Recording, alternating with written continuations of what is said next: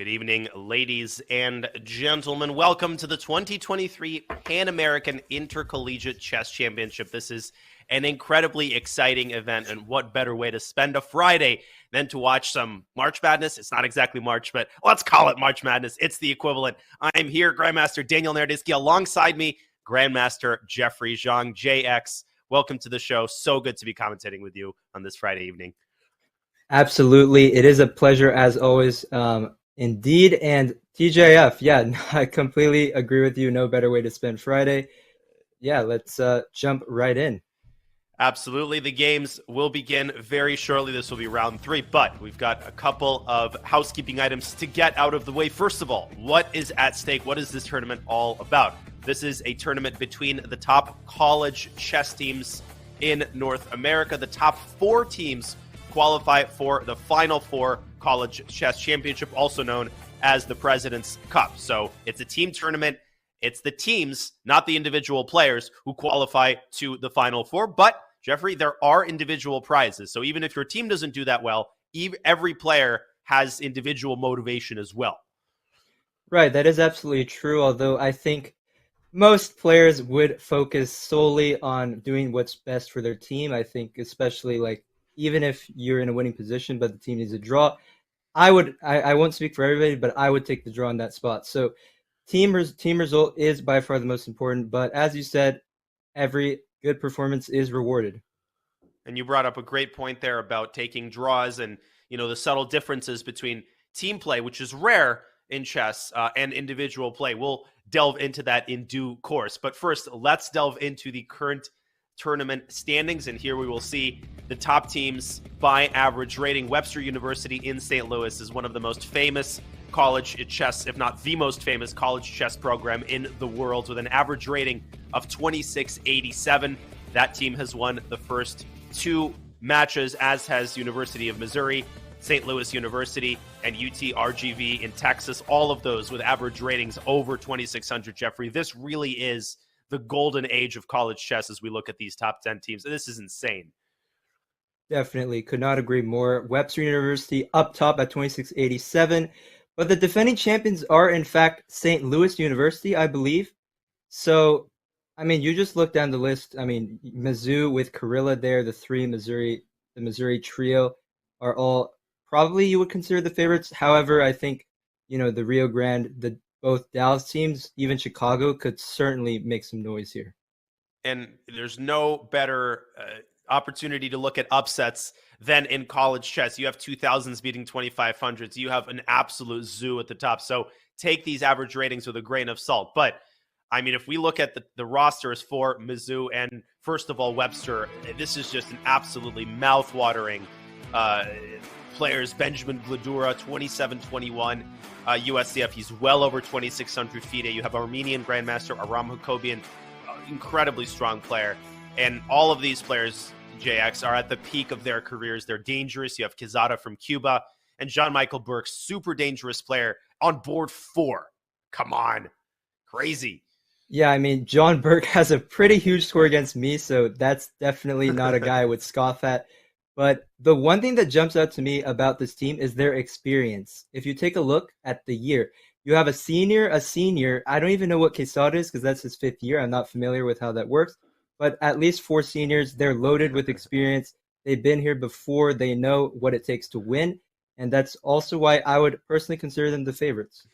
I completely agree. There's Grandmaster Benjamin Gladura taking a seat at the white pieces. But Webster has competition, and foremost among its competition is University of Missouri. You pointed out Jan Christian Chirila, commentator, coach extraordinaire. He coaches this amazing team. You have Grigory Oparin from Russia on board 1, Mikhail Antipov, Christopher Repka, and Harshit Raja, all grandmasters, all very strong. And it's only Oparin's first year of his master's program, so he is there to stay. Antipov is there to stay. Another experienced veteran lineup with talented, exciting players all around. Incredibly dangerous team that I see. Chirila, most people are very familiar that he is part of the C-Squared podcast. He does an amazing job with Fabiano. But when he's not chatting with Fabi, he is running a very tight ship over there in Mizzou. And as led by Oparin, who has done a lot of good stuff in his over the board tournaments. I think this team is definitely here to win it all. It most certainly is. Oparin has been on a roll. Let's look at the current standings. All of the top teams have won their first 2 matchups, as I mentioned previously. You can see Webster, University of Chicago. Take that with a grain of salt. This is about tie breaks, St. Louis University, and Utrgv. So all of the favorites, no crazy upsets have happened. There have been a couple of draws, but all of them have won their first 2 matchups, Jeffrey. But this is matchup number 3. This is where crazy stuff starts happening, right? Friday evening, you got some pretty strong matchups as we look at the featured matchups for today. Yeah, like you said, it's a huge log jam so far in the lead. Everybody more or less coasting. They avoided an upset.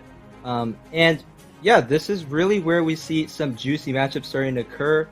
I see Webster University taking on Princeton.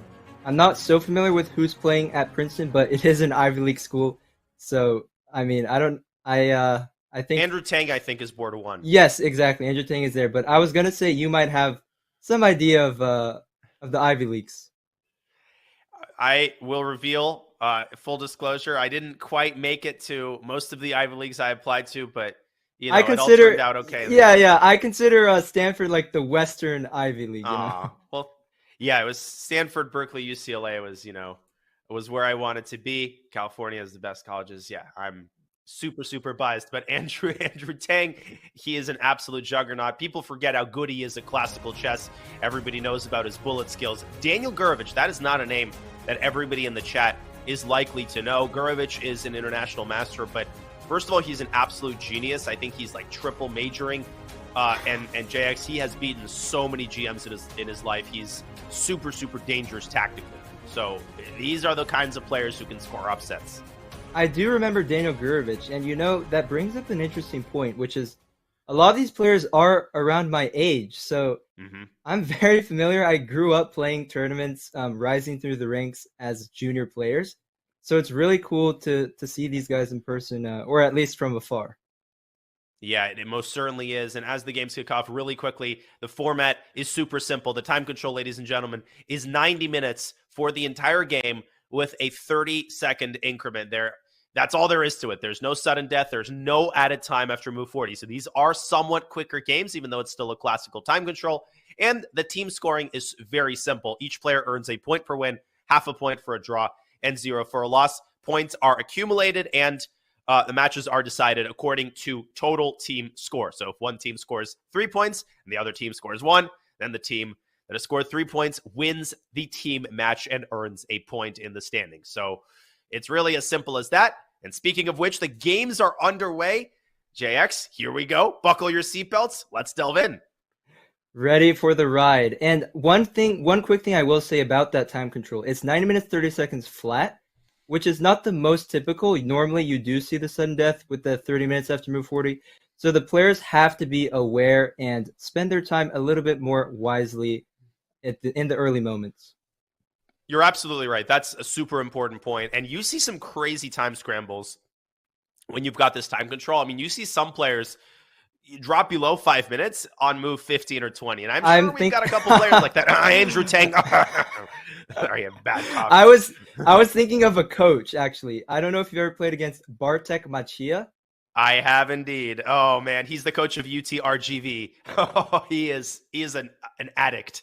He actually spent 85 minutes on a single move, like very early. 85 minutes.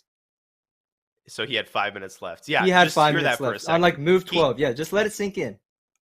I love Bartek. He's a great player. He spent 35 minutes on move 3 when we played in move 3. US what Master. were the first 2 moves? What were the first D4 2 moves? Jababa London. I played D4, Knight C3, and Bishop F4, and he spent 30 minutes. I kid you not, and he was late to the board on move 3, but he's incredibly strong in time pressure. So Bartek is the capable coach of University of Texas Rio Grande Valley. We will get to their match. But first, let's take a look at our marquee match and our top board between Grigori Oparin and Gergely Cantor. Queen's Gambit declined here, JX, as Oparin playing solidly with the black pieces. So this is the matchup between Webster B against Mizzou A. Mm-hmm. Wow. Okay, so Webster B, I mean, the Webster team is very deep, very loaded. So even the B team has, I'm sure, 4 grandmasters is my guess.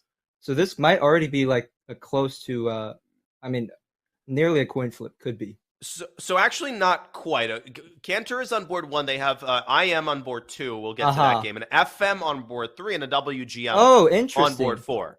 So they're normally, so I remember when Susan was running the team, they had like 10 grandmasters, but I think during COVID, logically, it was harder to recruit players because they couldn't really venture out of their countries, which is why you'll see fewer grandmasters in this event. But nonetheless, Good the point. position on the board is, I believe, a Queen's Gambit declined. What do you make of it? Yeah, I mean, the bishop comes out to f4. An interesting choice by black a couple of moves ago. Grigori capturing on c4 and then clinging to the pawn with knight b6. And he's not really clinging to the pawn. Obviously, white can win the pawn back with bishop takes c4, but that would require you to give up the bishop pair. Right. I'm trying to evaluate that. Like, I'm not thrilled because you lose the bishop pair. You have a tiny space advantage, but is it really enough to say that you might have a slightly better position? I doubt it. But on the other hand, there wasn't another option. So yeah, he did take. And I was going to say, I'm almost positive Grigori is going to get the bishop pair, but no, he doesn't. He goes bishop to d6, and he uses the fact that the bishop on c4 is sort of hanging as a bargaining chip. And if white takes on d6, this is already very, very drawish.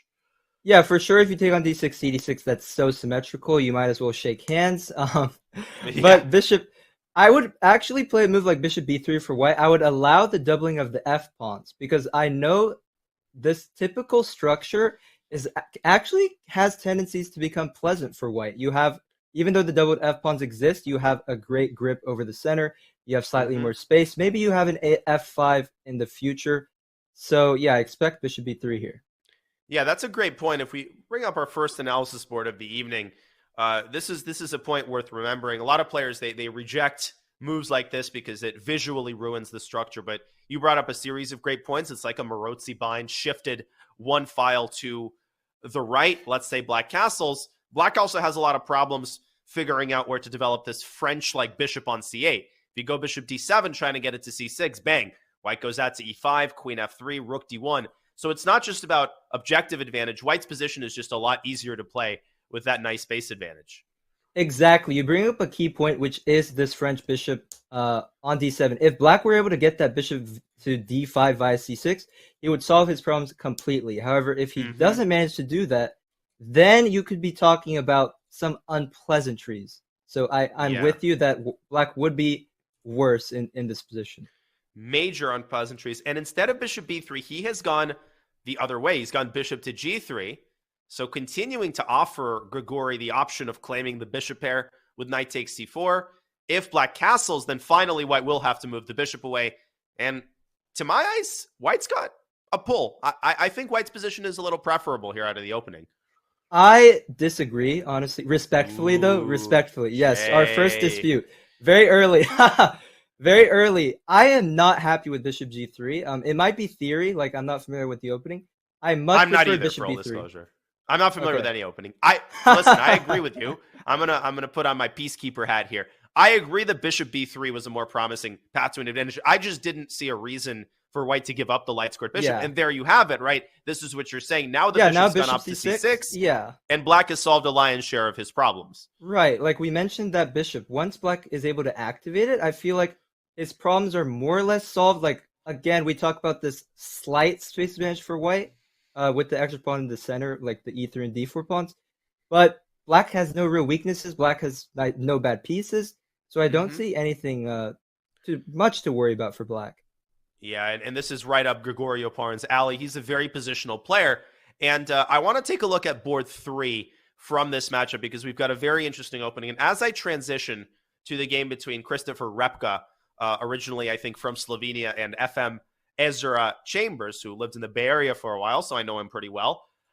Jay, I just want to bring up an important point about draws and players needing to often sacrifice their own ratings for the team. It's all about the result of the team. So someone like Gregorio Parn, who's got the black pieces, in an individual tournament, he might be pretty ambitious against a low 2,500 GM. But in the context of a team match, is it fair to say that if you're playing black on the top board, you're generally playing more conservatively than you probably would in an individual tournament. I totally agree, especially for this matchup specifically, where they have a pretty sizable edge on 2 through 4, it seems. If I'm Chirila, I'm telling Grigory, listen, just play solid. Like, if there's a chance, there's a chance, but in general, play solid. A draw is a decent result. And to your point, I remember a very funny story that Serper said. It was, I think Serper was matched up against Anatoly Karpov in one of the Olympiads, and he had the white pieces, and he was like, all right, I'm playing pretty well in this tournament. It was maybe a later round, so he had already been playing pretty decently. And he told the coach, like, I really want to go after Karpov. And his coach was like, okay, but it's Karpov, like white schmite. White schmite. Just make a draw, okay? Make a draw. You're playing Karpov, yeah. And Gregory Serper, by the way, very strong grandmaster, lives in Seattle where the tournament is being held. Continue.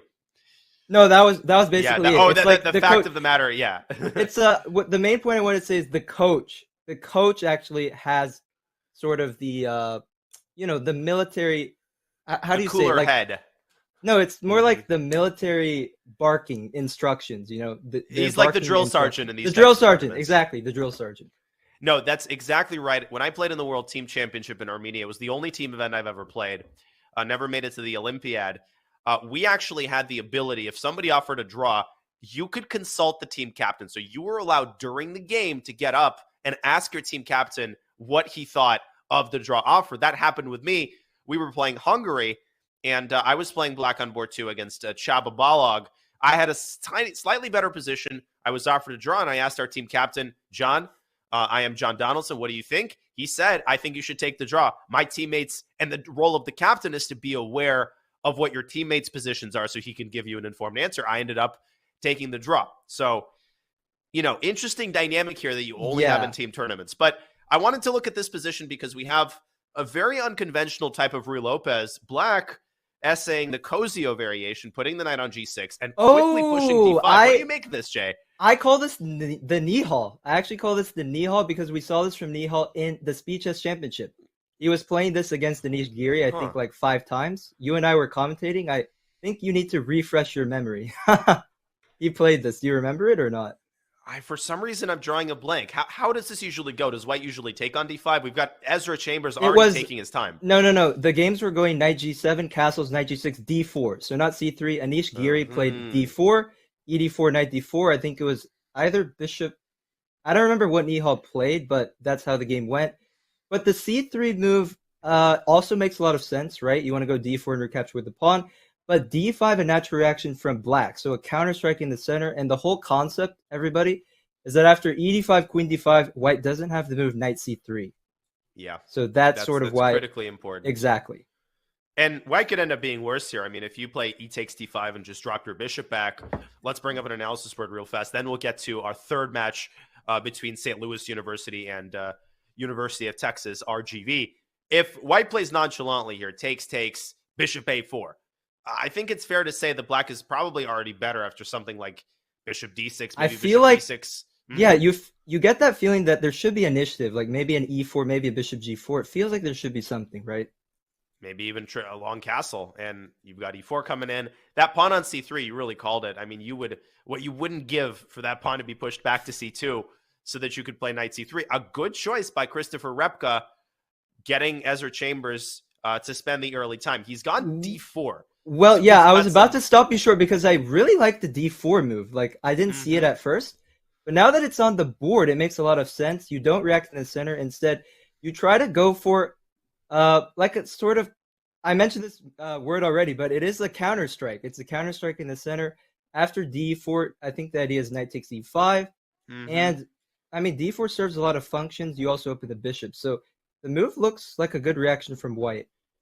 Yeah, I don't know what I make of this endgame. You could have a mass trade and then maybe bishop d7. I actually think this is very likely. But from Ezra Chambers' perspective, I mean, he's outrated by 300 points. He's more than happy with a dead equal endgame. And this is where you see some of the top players, they sometimes get a little bit overambitious against players in the 2,300 range. So I think a wise choice by Chambers. We'll keep an eye on this game because, he's got white. Ezra is a dangerous player. He has scored a lot of upsets in the past. And I'm very curious how he'll handle this position. But, Jay, if it's okay with you, let's go down to the third match. We've got some fascinating games in the SLU Utrgv match, heralded by Nicholas Theodorou, top board for SLU, against Tianqi Wang, lives in Charlotte, a good friend of mine, board 1 for Utrgv. He also goes by Steve. Steve. Oh, interesting. All right. So Steve Wang, I guess, a bit more Steve simple. Wang. Yeah, we call it Steve call Wang. Him Steve in Wang. Charlotte. All right. Yeah. Fair enough. Steve Wang. I just really wanted to, I mean, before we jump to this game, I wanted to go back to the point because it made me think of something. So when you were saying, like, let's say you have you're a favorite on all boards, all 4 boards, right? There's this interesting team dynamic where it's like, okay, I'll make a draw because we have an advantage on these 3 boards. Then one of the other boards is like, okay, these 2 guys should have it. I'll also make a draw. One board is like, this guy, this other guy has it. Let me make a draw. Yeah, let me make a draw. And all of a sudden, it's one board. I've seen this happen so many times. And then it's like, it's a very funny. It's very funny dynamic. That's a great point where, there's I think you could compare it to the bystander effect where if a lot of people are seeing something bad happening, nobody's intervening because you think your neighbor's going to intervene.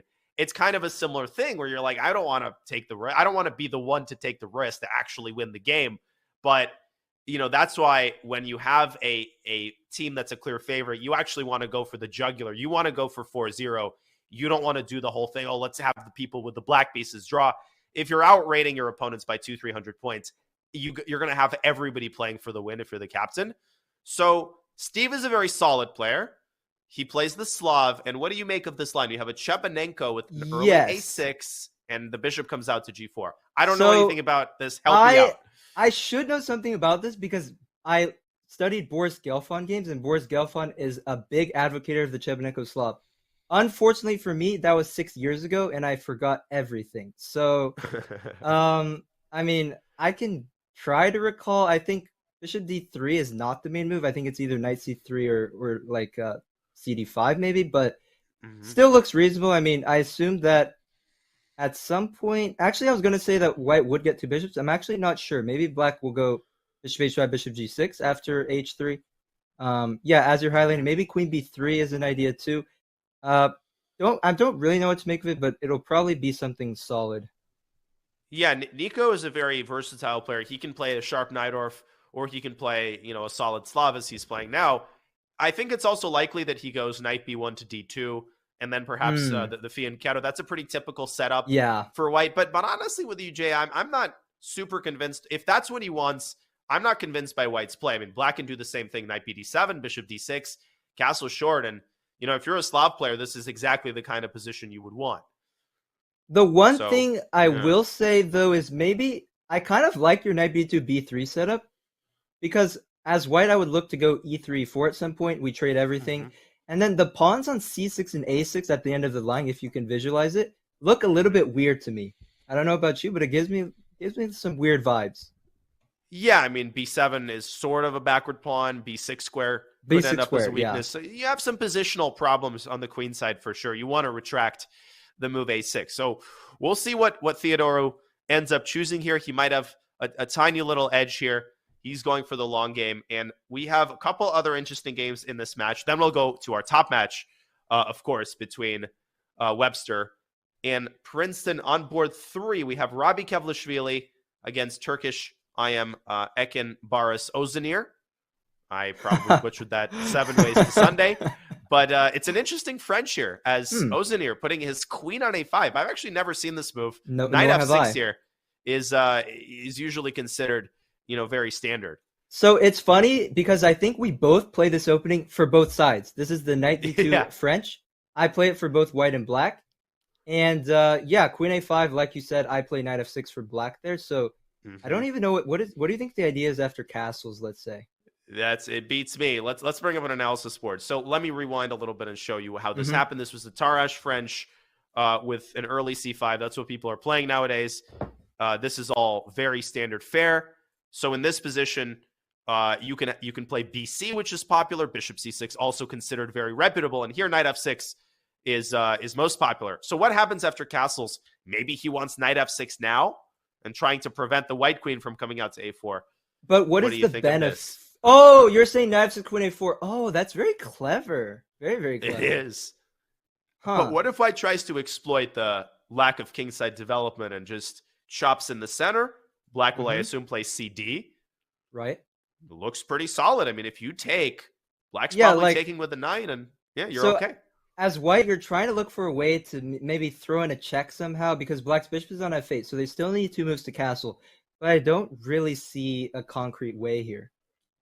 Because knight c4 can probably be met with queen to a6, keeping Exactly. a4 uh, Exactly. under wraps. Huh, what an This is a new interesting, idea. I mean, this is modern chess. yeah, great concept by Ozenir, and he's gotten Kevlishvili thinking, if he can at least make a draw here with black, that's a pretty big result, right? That's what you're talking about. You don't want too many of the I higher think players to give up draws with white. what you really want though is if you're an underdog team, you want to do this thing where it's like you hang around. Like, in sports where you just try to hang around, let's say it's football or it's basketball. In football, you hang around to the fourth quarter, right? Yep. Because then the variance is higher. When there's only one quarter left, it's such high variance where one mistake might swing the game. So let's say you draw this board, you draw this board, you draw that board. All of a sudden, if this guy makes an oversight, he blunders, suddenly the favorite loses the match. Speaking of draws, Gregorio Parr and Edgar Gallicaner, the first game we were looking at, top board for Mizzou, they drew against Webster B. Wow. So great result for Parr, and he's more than happy to give up a draw against Webster B's only GM. Only GM. Yeah, I And you think can it's see a the kings in reasonable the center result. there. I wouldn't say it's like you made it sound like it's a phenomenal result. No, I think it's a reasonable result. It's okay. Yeah, but okay. But It's it's okay result. I mean, it's not great, but it's fine. yes, it's fine. So It's fine. Very reasonable start for both teams. But yeah, early day at the office. It is indeed. That leaves 3 boards, which we will look at. But first, let's go to our highest rated matchup between Princeton and the incredibly terrifying. Oh, sorry, there's just so many teams. There's a lot going on. Yeah, it's Princeton against Mizzou, right? Mhm. Why am I drawing a blank? Well, this is our featured matchup Webster. of the day. I Yeah, apologize. Webster against Princeton. Yes. We have Gledura here on board 1 against Andrew Tang. What do you make of this position? I like what Gledora has prepared. He's playing a very Artemiev style with the double fianchetto. I'm sure you're familiar with that. But Oh, yes. yeah, Andrew's sticking with his usual QGD setup. He just plays knight f6, e6, d5, bishop e7 castles against everything. Seems like white's going to play d4. We might get something symmetrical. We might get something dry. But Gledora's going to say, I have a very safe position here, and I'll play for 2 results. And listen, if black plays e takes d5, white will strike with d4. And potentially you're going to get an isolated queen pawn position that could be pretty unpleasant. The engine seems to think that white already has a tiny pull. Is that an overreaction? I Jay, wouldn't pay attention to the engine at all. It's still too early to tell. Mhm. What I want to ask you though is for black, would you take Yeah. on d5 with the knight or the pawn here? I would probably, well, Andrew took with the knight. I was going to say, I promised that I would have taken with the knight. Piggyback. There is the idea, what a copycat, of going bishop to f6, but white can potentially meet that with d4 or even knight c3. So I think Gledura could just castle here. Yeah, castles and bishop f6. So let's take a look. Let's bring up an analysis board because this gets very concrete. Castles, bishop f6. I'll go d4. Right, knight c6. Knight 6 might run into e4. Maybe even e4. Maybe, I'm not sure. So let's have a look. Knight c6. Yeah, let's check it. e4. Now Don't probably go I go knight e7 because of e5. That would be bad. Maybe knight b6 looks reasonable. Okay. I will go e5. And these kinds of positions are very interesting, where white goes e4, e5 to gain space, but they give the d5 square, and also that bishop on b2 might be staring right into a brick wall later. So I don't know how happy you are. Yeah, I would go something like, I think I'm pretty happy because the knight gets Oh, to e4 you get with your tempo. knight. It's very concrete. You're right. You get your knight in. Yeah. No, you're absolutely right. Yeah, I forgot how fast that knight is jumping in. It is very fast, and black again has this dud of a bishop on c8. So pretty promising, I think, for white. You could also go knight c7 here, but I don't know if that really changes the nature of the position too much. I don't think it does. You get the same type of position. Seems So more or less similar, yeah. So does Andrew have to go for this after bishop f64? Could he avoid e4? Could he take on d4? He doesn't have to play bishop f6 either. Maybe knight c6 and cd4. Knight c6. There are a few d4, options cd. there. You definitely have to take your time to figure it out, because these types of positions tend to be very subtle. Like, even though it looks simple for black, I think he has to be precise. He has to be very precise. Otherwise, he could land into like a worse position. Oh, absolutely. And meanwhile, let's go back to the live board. Gladura has gone for the immediate knight c3. So he takes a different approach. He immediately contests the knight on d5. Andrew has largely the same menu of options. He can play still bishop f6, knight c6. I think knight c6, Gladura really wants to take and then go d4 and get that IQP structure. So interesting. I think it's maybe a tiny bit more pleasant for white. And you're right. Andrew's the one who has to exercise a good degree of caution in the next couple moves. I'm with you, yeah. But for now, I think it is more or less dry. We can keep on going. All right. Well, that was board 1. Let's take a very quick look at board 2, and then we will have our first special guest, the coach of Utrgv, Bartek Maciej, will be joining us in just a couple of moments. So this is board 2 between Gurevich and Aram Hakobian. Kind of an interesting English structure. Not sure what to make of this, Jay. It looks pretty comfortable for black, I would imagine, after something like e5. I'm trying to remember, because I definitely play this for black. Can you go back? Because I'm curious about this opening. It's very trendy. Yeah, this was a King's Indian attack, quick c4. Black took it. Yeah, now, interestingly, Gurevich doesn't rush to take back the pawn. He fianchettos. And then he goes knight c3. Yep. This is a little bit odd. Yes. This is the move I don't know. See what I'm saying? Queen c4 is the only move I know. Knight c3, I'm sure he has a concept. What that concept is, I haven't figured out yet. But in any case, we'll probably see something like e5, queen c4, knight e7. We'll see it'll resemble like an English position. Absolutely. Yeah, much more of an English than a King's Indian attack. But it looks, I like these positions for black with that pawn on e5, grabbing a lot of center space. So I like the way this is going in the early going for Webster, but it's obviously way too early to draw any conclusions. We are still firmly in the opening phase. But speaking of the opening phase, to share his thoughts on the amazing Utrgv team and his thoughts on college chess in general, we will have Bartek soon, but not just Bartek. yet. So first a second. Let's look at the bottom 2 boards. Yeah. Wait. Bartek is coming? We were literally just talking about him. Yeah, no, Bartek Maciej, should we ask him about the time pressure? We should. I think he's most known for that, actually. We definitely should.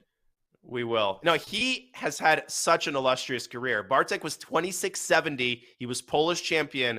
And I'm actually very curious, Jay, how he wound up coaching Utrgv and what is it like to be a player first and foremost. He still plays a lot. We actually just played a game in Charlotte. But what is it like to be a player and a coach at the same time? So I'm so interested in that perspective. We'll have Bartek on very shortly. So in the meantime, let's have a look at board 3. I don't think we're going to spend a long time on this position between Quesada and Turgut, Jay. I'm so tired of this opening. Yeah, I almost want to just wave it off. I want to wave it off like a mosquito. It's a typical Italian. I think both players should still be in theory.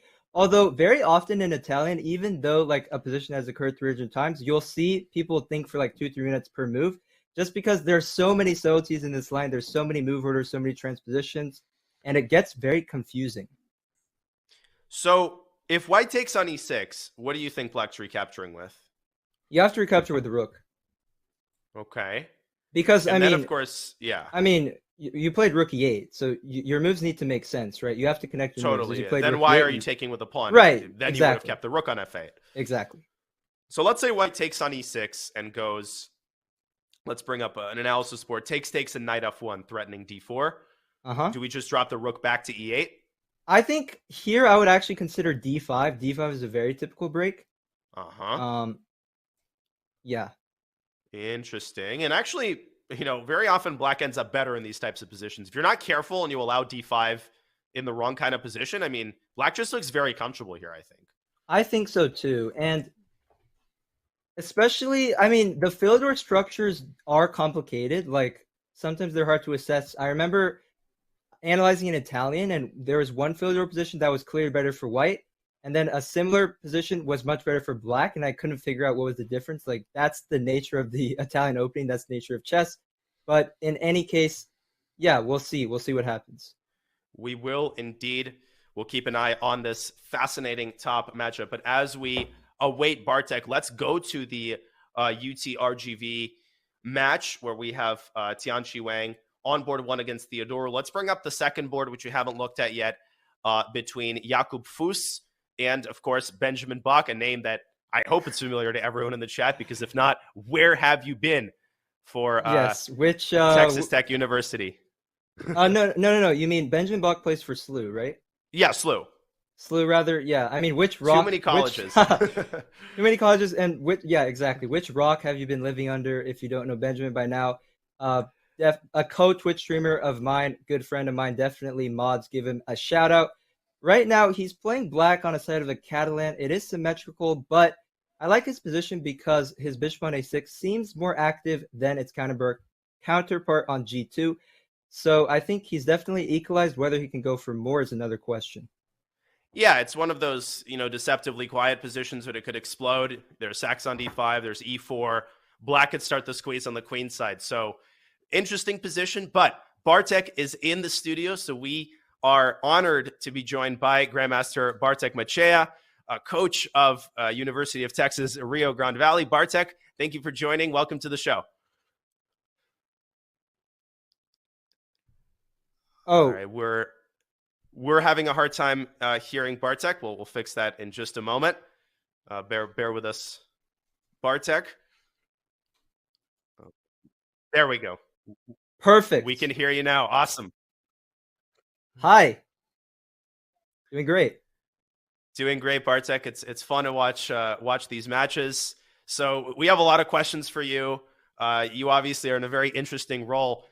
First of all, maybe can you talk just generally about your experience thus far in this tournament, and maybe a little bit more about how you came to be the coach of Utrgv and what your experience has been like thus far?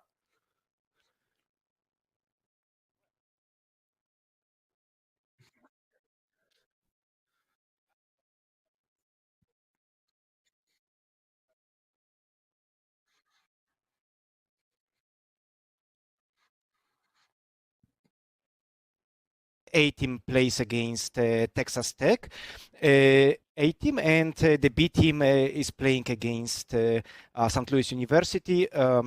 We hope to steal them some points, at least to make a draw in that match. That would be our goal for the match. As for how I became the coach, well, I used to be a professional chess player, and right after the Olympiad in 2012, when I got a silver medal at my board, I came to the United States because I wanted to change a little bit my occupation. I knew my results would already not be as great as they used to be, and I thought that was actually the very good moment to change it. I also married at that time, and when you marry, you want to spend more time with the family, and everybody, of course, knows that if you are a chess player, you have to travel all the time. So being a coach in this sense is much better. Totally agree. Bartek, first and foremost, it's an absolute honor to be in front of you. You're a great guy. I love being around you. I have so many questions, but I'll start off with this one. So in general, how has the Rio Grande team fared in these Pan-American tournaments? To be honest, our main goal at the Pan American Championships is always to be among the top 4 teams. Of course, we always love to win such an event, but our main goal is to be among the top 4 teams, because the top 4 teams, the top 4 colleges, qualify later for the Final Four tournament. So far, we have qualified 4 times for the Final Four tournaments, and 3 of them we won. In one of them, we were second. So actually, we struggle more to qualify than to be successful, if we already have succeeded. So the key is getting in. Exactly. I see. Well, we don't quite have the feed from Team A, so we'll have to satisfy ourselves with Utrgv Team B, who has a who? Oh, we actually, I think we do have. We do actually have it. Yeah. Utrgv. Let's check Let it. me find. Okay, so who is the top board, Bartek, for your A team? Kamil Dragun. Is it Camille? Yeah, no. Unfortunately, we don't have an update on the UTRGV A games just yet, but I'll keep an eye on that, and if they come in, we'll get to them shortly. But let's start with the B team, where Tianqi Wang, who's actually from Charlotte, so I know him really well, has the black pieces here. Bartek, could you maybe share your thoughts on Steve as a player from what you know of him thus far, and maybe on this type of position? Does this fit his style? In my opinion, first of all, he's a very good player. I think he will have even bigger successes. He's very, I would say, emotional, and also sometimes he plays that way. This position, on the other hand, is very solid, but I like objectively the position for Black. Black doesn't experience that much of problem in that position. White is definitely slightly better, but as Black, I would be happy with the outcome of that opening. I wouldn't say that particular position matches Steve's style, but he should be fine with it. He's a very strong player. He can definitely make it.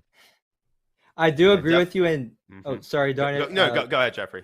Yeah, I do agree with you there. Both Darnian and I said that, yeah, it is very slow. Like Nicholas is gonna try to grind him down, but very solid for Tianqi. And I'm really interested in how did Steve or Tianqi reach your program? Oh, I was playing in one of the Charlotte tournaments, and actually at one moment he contacted me and said, "Look, coach, I see you are here. I can see your students have been playing lots of tournaments. They are making progress. Do you think I can become a member of your team?" And I said, "Of course you can, and you are cordially invited." And that's how it started. I hope he didn't play King of8. I hope he castled, by the way. Yeah. Wait, you might be reconsidering his team membership if he played King F8. So. Well, great. Unless he wants to play, I don't know, G5, H5, G4, that also makes some sense, but I don't think that's what happened in the game. Hang on a second. Yep, he castled. Yeah. He castled. So. Okay. Yeah. Okay. Yeah, we can keep breathing.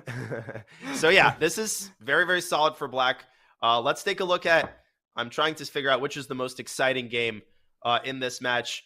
Maybe the game between Kevlishvili and Ozanir, where we had this very interesting Queen A5 idea. So maybe you could share your thoughts on this game, Bartek, but also more generally, would you say that you kind of emphasize openings or middle games? Is there a particular training routine that you emphasize as a coach, or do you kind of let everybody do their own thing and kind of dictate their own training? Where do you stand on that as a coach of the team? Well, we try to cover everything, starting from openings and finishing on endings. Sometimes it's very important to have a very good, very deep preparation, and we use that preparation in certain matches, and even some of the games my students won just based on the preparation, almost not making any single move, or they defended as Black. So we had such matches, but I would say the majority of time we don't spend for openings, especially that everybody has his own opening preferences.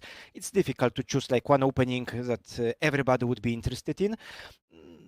So we more focus on the middle game, or on understanding of chess. Definitely some endgame knowledge is important for everyone. So that's what we do. But I try to cover everything. The proportions are different. I would say the middle game, end game, these are the two main topics. Totally. I mean, it totally makes sense. By the way, we just see a feature chat. Christian Chirila is in the chat. Happy birthday, my good friend, Christian Chirila. Hope you're having a great day. Yeah. No, Christian, of course, the coach of Mizzou.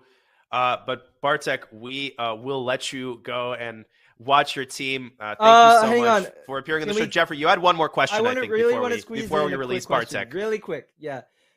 Sure. Bartek, so we've played many, many times, I think. We played like maybe 5 or 6 times.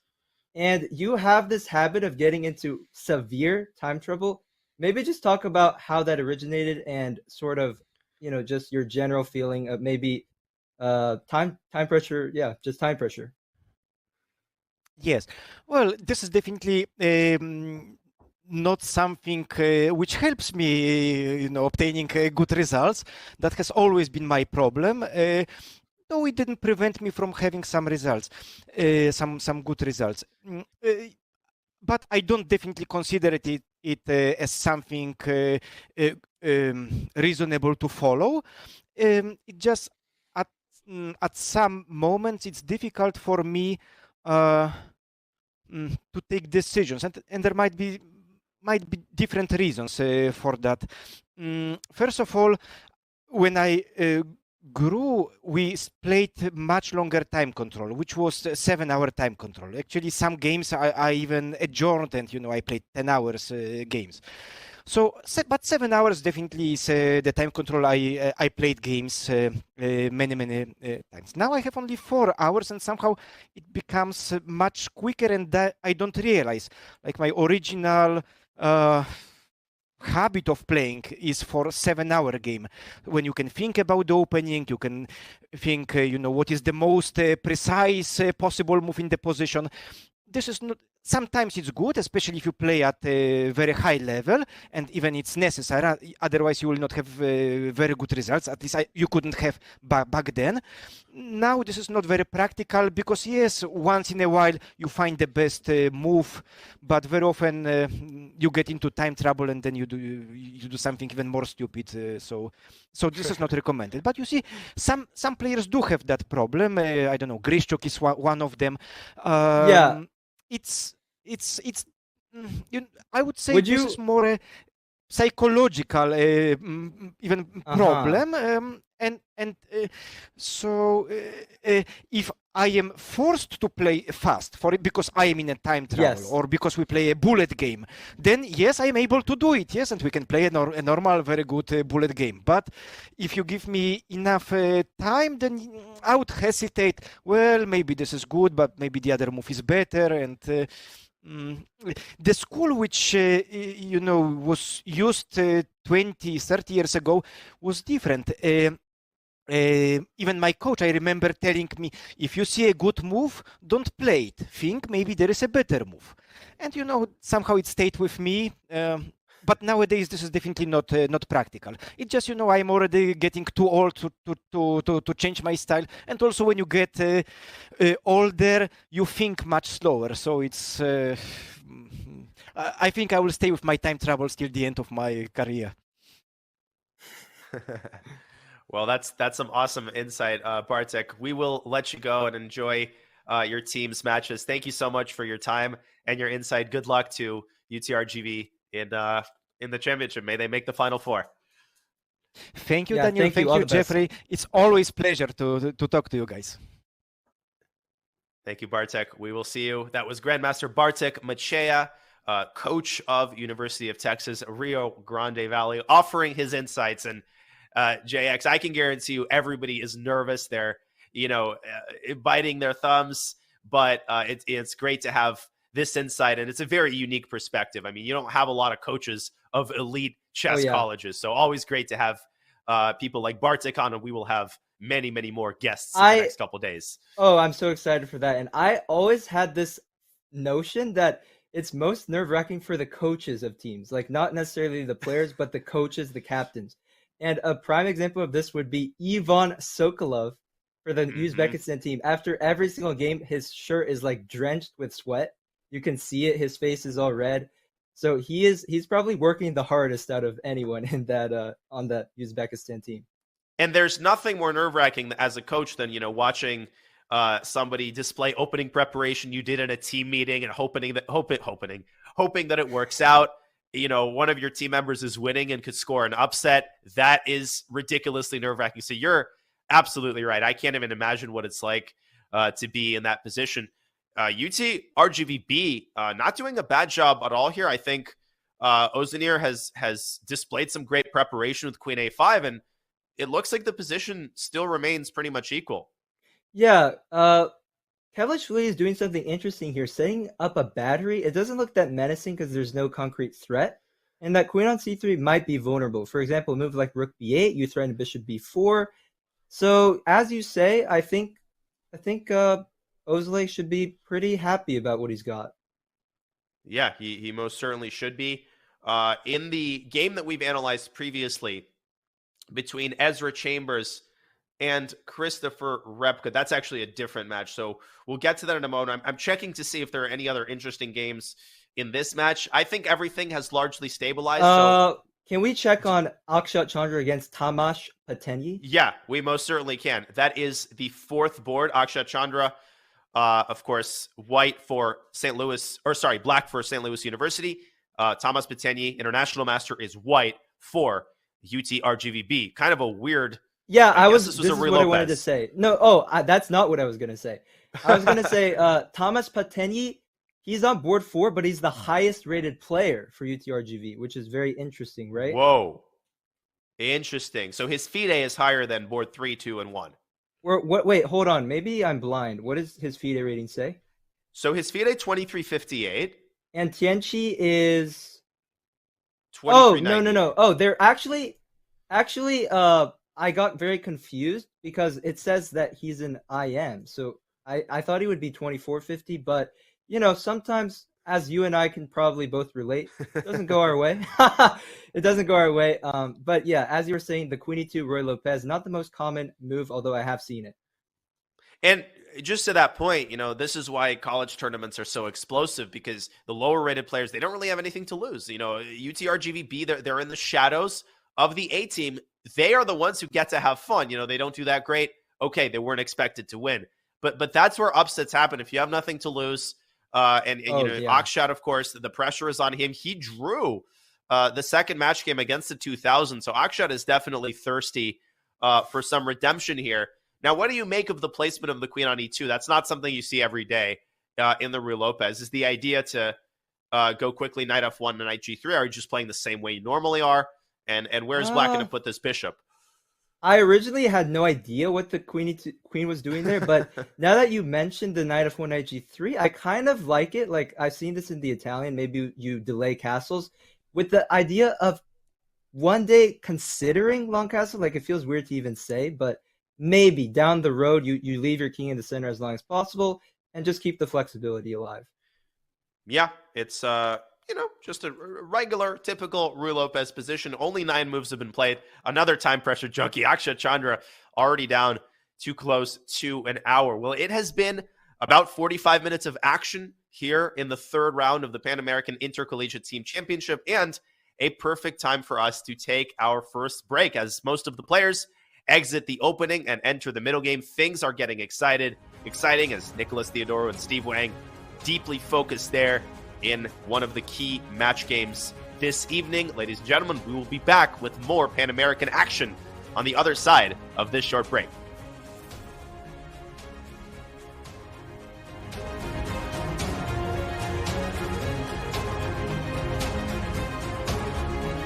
January is a special time. The Tata Steel Super Tournament is the Wimbledon of chess. All of the greatest players in the last half-century and beyond have made the wintry journey to Vaikanze and played and won. Just rook f7, check, boom, rook takes d4, immediately played. In 2023, the reigning world chess champion, Magnus Carlsen, returns in the hopes of winning his 9th title. Rook h1! And Rook instantly... h1! Tata Steel is famous for its tournament lineup, featuring a creative mix of superstars and super talents that always guarantees fighting chess. What a devastating moment. Chess.com will be bringing you the action, the drama, and the emotions live January 13th through January 29th. Don't miss history in the making.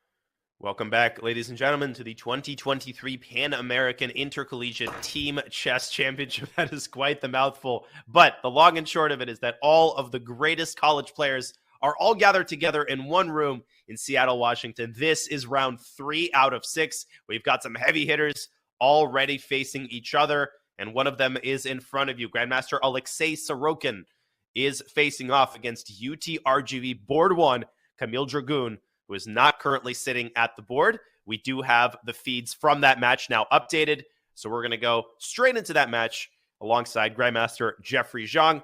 Jeffrey Zhang, this is a great game to follow. 2 strong, solid Grandmasters. Indeed, a very important matchup here on board 1.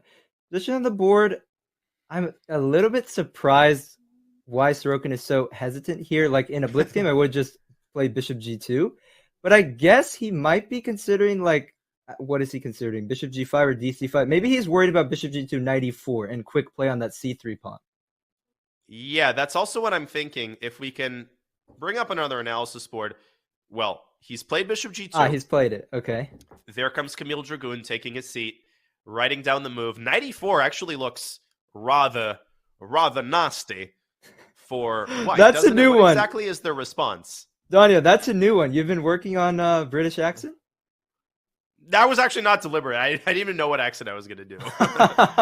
Nah, my British accent's pretty it's terrible. It's terrible. You gotta It's watch one of more my- Nigel, I think. It's one of my few, like, not one of my few, one of my many gaps in terms of accents. Like, I cannot do a good British accent. I feel like anybody who says that they can is probably lying. Like, a lot of people attempt British accents but fail pretty miserably. Yep. I'm not even going to attempt it. But what if Black attempts knight e4? What exactly is the response there? Yeah, if they attempt knight e4, probably a simple bishop b2. I don't think you can ignore the threat per se, but maybe you just go bishop b2. If queen a5, you play a modest-looking move, rook c1. I mean, it is, or maybe not rook c1, but you just play a move, and it might be passive at first, but those 2 bishops could see some light at the end of the tunnel when you open the position up. Interesting, because that bishop on b2, it's got a lot of potential energy if the pawn ever moves to c4. Black doesn't have a dark squared bishop, so interesting kind of battle here between immediate dynamic advantages that Black has versus the long-term advantage of the bishop pair for Alexei Sorokin. Now he's gotten up from the board, and Kamil Dragun is the one sitting and pondering his moves. How about them apples? The tables turn a little bit.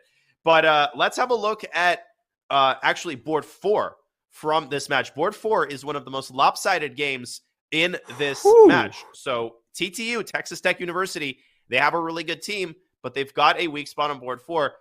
Women's FIDE master Masaiti Besa has a very tall order as she faces Irakli Baradze with the black pieces, and it already looks like Black is in a fair amount of trouble here. Oh yeah, knight a4 and rook c1. It's a surprising idea in this type of position, but the whole point, everyone, is that b6, the move you want to play, walks right into the fossil fuel, the discovery knight e5, and you would drop the rook because rook b8, knight c6, and otherwise the rook just falls. So if you can't play b6, it's really difficult to protect the c5 pawn. Yeah, you can play a very awkward move like queen a5, but in that event, white can just castle and quickly strike with d4. And we talked about a similar position in the, I think, the Gladura game, where Black just has a lot of problems figuring out where to put her bishop. You really can't go b6. You don't have time to go rook b8. And this just seems super nasty for Black. I don't see a satisfactory move here. I don't even see a move. I'm looking like knight e4 is rubbish. Queen a5, very sus. I mean, queen a5 is very sus though. There's a crazy idea here, and I admit I did check what the top move was. I don't see the line. The rest is guesswork. You rascal. The rest is guesswork. But b6 apparently is okay.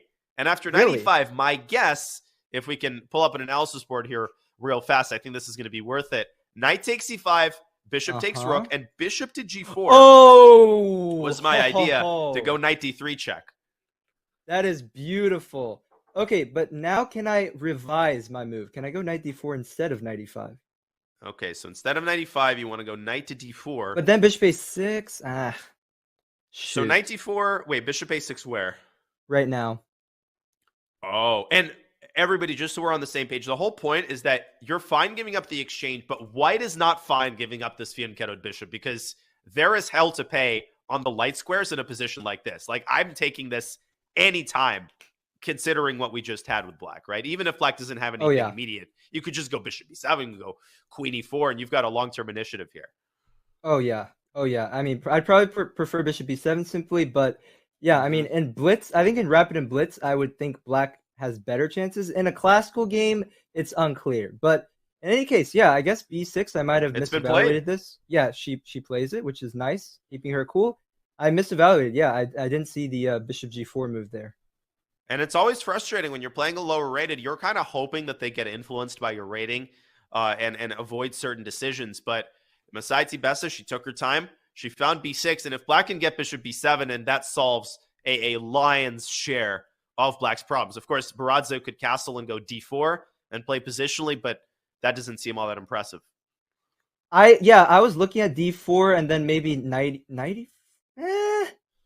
I'm not sure. I think d4 is still a good move. I wouldn't call it unimpressive at all. I think you still go d4. You challenge black because black has to make a decision there at least. And how would you react if you think it's so unimpressive? How would you react? No. I think d4 here is impressive. I think castles, bishop b7, and then d4 is a lot less impressive because black can just take. I actually miss that white can go d4 straight away. And the difference, of course, is that cd, knight takes d4. That looks like a disaster for black because the knight's coming into c6. Absolutely. No, I think d4 is a great move, and it's very practical. Yeah, because maybe bishop b7. Bishop b7, you take bc. So you're willing to play with that isolated pawn, like you split your pawns. Yeah, white can just castle there and say I'm better for the rest of eternity with that pawn on c5. I mean, both of us have played Magnus recently. Speaking of Magnus, if Magnus were white in this position, he would grind us. Yeah, I would resign. No, that's a bit much, but yeah, you get the point.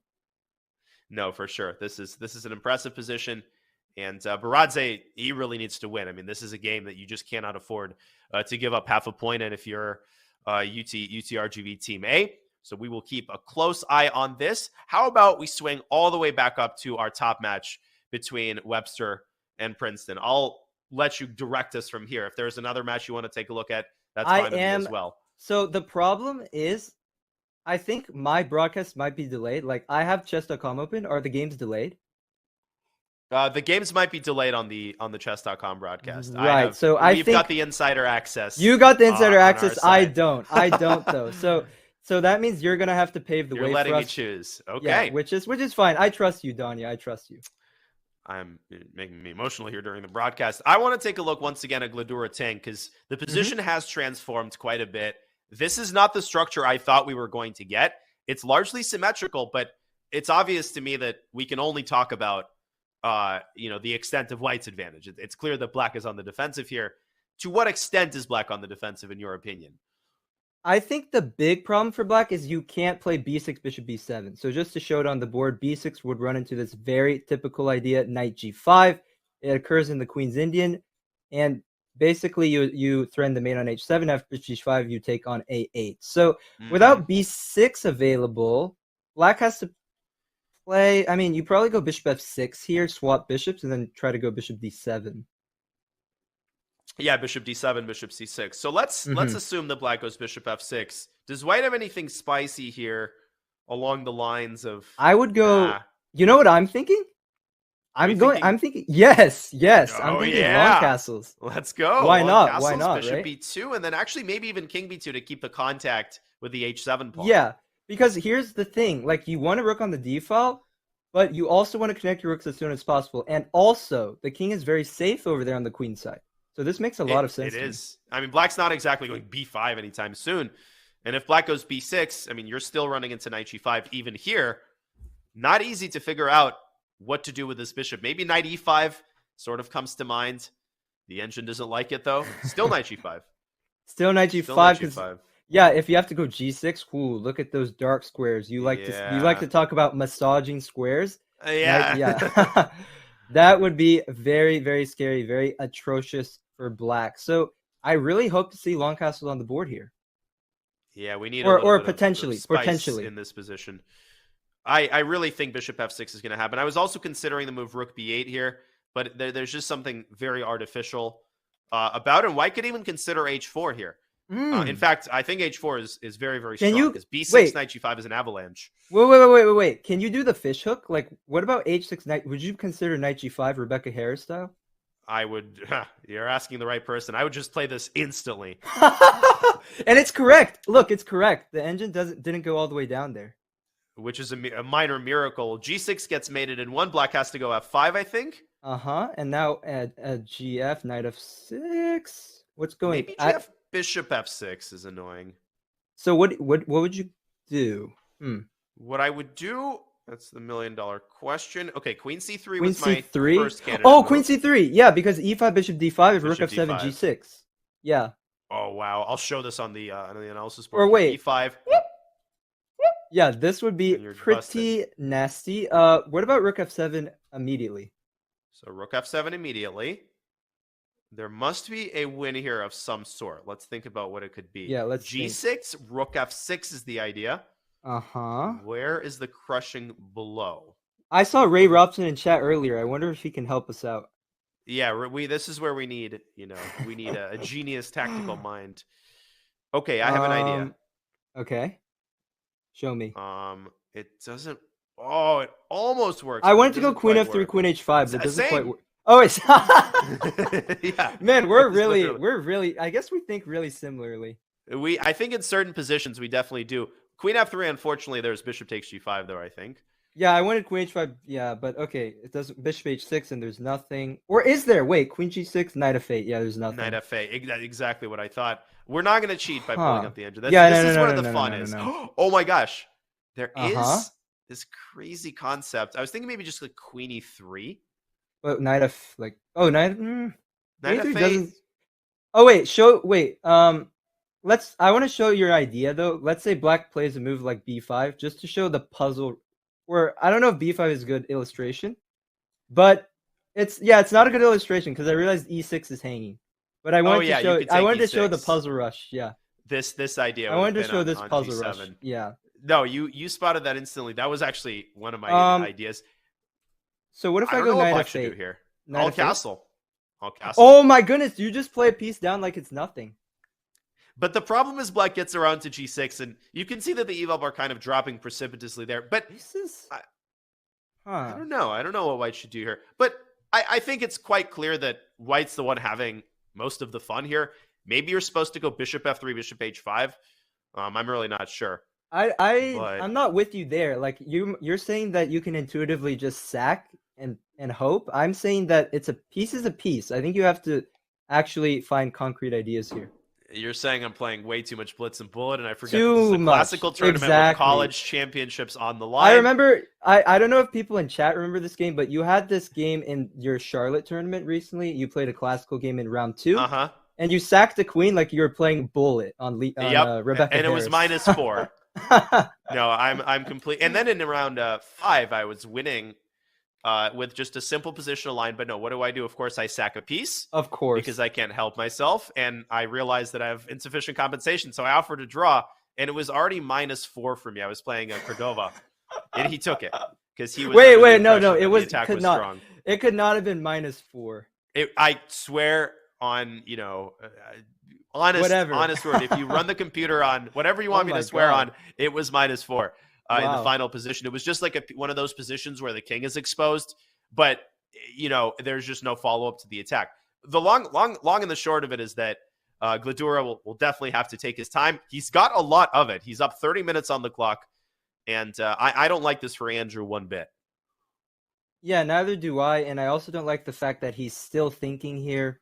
Not a good sign. Probably he sees the ideas of long castles and potentially H4. It's always so. How do I describe this? It's like the. I remember you wrote a column about this, a very good column on Chess Life, where it's the fear itself is stronger than like the actual execution. The fear of the idea itself.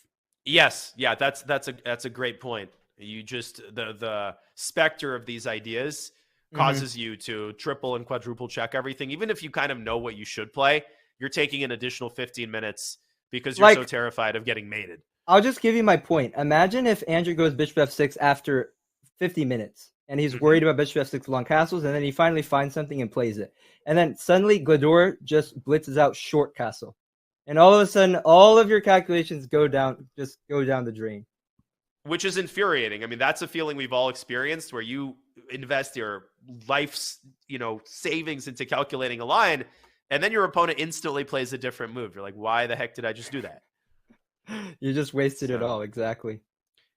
Okay, so I'd also like to go around the horn here. I'm looking at the other games in this match. I think the only one perhaps we should take a quick look at, one that we haven't looked at before, is board 3 between Unieski Kazada and Aiden Turgut, FIDE master, very strong young player. And they've got a pretty standard Italian here with 2 knights on the board. Not something you get every day. Both pairs of bishops have been traded.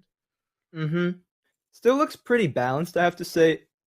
I think, yeah, so queen e8, c4 played. White wants to clarify the situation in the center here. If d4, maybe he wants to jump knight d5, I'm not sure. If d4, at least then he takes, he could jump knight d5. So, yeah, pretty normal stuff, I'd say. I think the critical line here, though, if we can show it, is d4, knight d5. And I just realized what the problem is.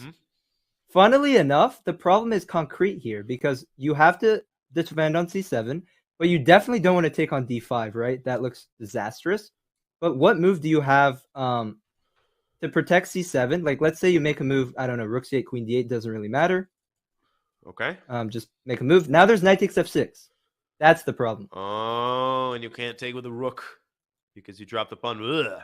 I don't even want to see this. Get this out of my sight. Get it out. If you have to play GF, this is bad. So I think most people watching this in the chat, c6 seems to be the instinct that, the human instinct. But here, not to put words in your mouth, but maybe CD, queen c7 can be considered. Evalbar doesn't like it. What comes to mind here for you? I was thinking ed5, cd5, Okay. c5, trying to get like an outside passer. What do you think? And then you want to go b5 eventually. And black can never really go d4 and give up That's the the c4 key. square. That's actually the key. Because black would really like to go d4, put their knight on d5, but suddenly you allow knight c4, maybe you allow knight d6, the e5 pawn is under attack, and then there would be issues. So, yeah, I think the c4 move might actually work concretely, funnily enough. No, for sure. It looks at the very least like it challenges black. Last thing I'll say here before we go back to the live board and keep our observation of the games going. If black takes and plays c6, then very typical idea is to push c5, and this is a positional disaster. Knight c4, and just look at all these dark squares in black's camp that can be penetrated by white's knight. It's not looking good. Oh, great illustration. I mean, resort to this. This is starting to look like one of your speedrun games, I have to say. Yeah, kind of a textbook position. So Aiden needs to be very, very careful. That's the long and the short of it. Indeed. Yeah, he's thinking after c4. Okay, let's keep going. Let's see where we can jump to now. Our next guest, by the way, a little while from now will be Christian Chirila, the coach of Mizzou. Super, super fun guest. If you've never heard him, where have you been? He also commentates. Big fan of Christian. He's a great player, great coach, and there's such a fun personality, Jay. Oh, totally. And wholeheartedly. And I have known Christian for so many years. He went to the University of Texas at Dallas. I'm sure we'll get into that in the interview. So when I was a kid playing at DCC, I got a chance to face against Christian a few times. I don't want to toot my own horn or anything, but I had a pretty decent score against him. I don't know if we should bring that up or not. But in any case, it's going to be a really fun interview. Yeah, it will indeed. I've actually never played him over the board, but he did live in the Bay Area for a couple of years. That's where I really got to know him. We jointly taught a class on Saturday mornings for Bay Area talented players back when I was in college. And Christopher Yu was actually a part of that program, a very young Christopher Yu, as were some players who are now FMs and IMs. But what's hilarious is it was Saturday morning. I was in college. Christian, we both sometimes did some stuff Friday night. And, let's just say that some of those Saturday mornings, we really needed to lean on each other to make it through those 2 hours. I think I got super you. Yeah. Super fun to have breakfast. We would come in for breakfast, coffee. But that was such a fun time. So Christian is great.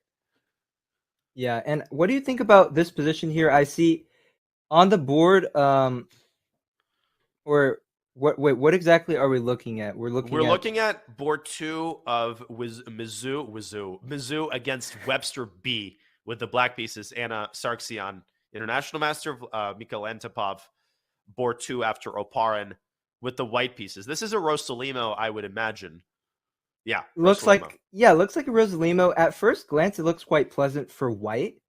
I don't actually know why. Like, black does have the 2 bishops, but I just feel like the pawn structure for white is favorable. Maybe you play a move like knight a4. Obviously, you can't take on d6 yet because the knight on c3 is loose.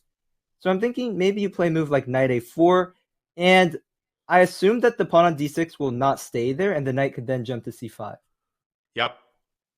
In the event that black plays d5, which is quite likely, because knight a4, as you said, renews the threat of e takes d6. So what do you make of the position after knight a4? Oh, hang on. I just noticed something. Let me think. I'm calculating. There's a little trick here. Knight a4, d5. Okay. Let's bring up an analysis board. No, d takes. Sorry, d takes. Oh, d5. Okay. Yeah, because obviously if bishop b5, rook d1 drops a piece, and after rook d8, bishop b5. What about rook d3? Oh, that is a nasty. That actually might force a draw. Because now queen e2 is the only square that defends both the bishop and then rook d2. And then rook d3. And then queen e3. And then rook d3. And then queen e2. And then rook d2. Yeah. And this would be a great result for Sark. I don't think black is necessarily anything more than that here, but that's a great catch. That actually is all forced. I mean, you said, bishop e5 drops the piece because you're forcing the rook off, and then e5 hangs. That kind of means Antipov is not going to go knight a4. He's not going to accept the draw here. But hang on a second. But what other move is there? What other move is there? Let's dial it back to the live position. If not knight a4, how does he make progress in the center? Well, I guess the big question is, what is black's next move? Does Anna want d5? Oh, probably not. Okay, that's a fair point. So let's say you play h5. So h5. Just h5. Right? Why not? Massaging the king side a little bit. Okay. But if you play de, no, you still have this trick, though, with rook d3 at the end. No, but at least bishop b5 you take with the knight, right? Oh, a2? Maybe a2 is hanging there? Like, let's say bishop b5. Oh, you want to take him. Oh, because rook d1 you can take back with a knight is what you're saying. Yeah, and I'm saying that after queen a2, maybe I take on g7. Actually, that h5 move could help me. Because, like, let's say queen a2. I take on g7 and I play h6. Suddenly, that pawn. And you're just totally winning. I mean, you're infiltrating via e7. You've got g7 as a mating square. No, you're absolutely right. This is getting out of control. And that's such a grandmaster move. h5. It's so patient because a lot of people, they look at the tension in the center and they panic. They just assume they have to do something. I just love the idea of keeping the tension and, stepping on the gas pedal on the other side of the board.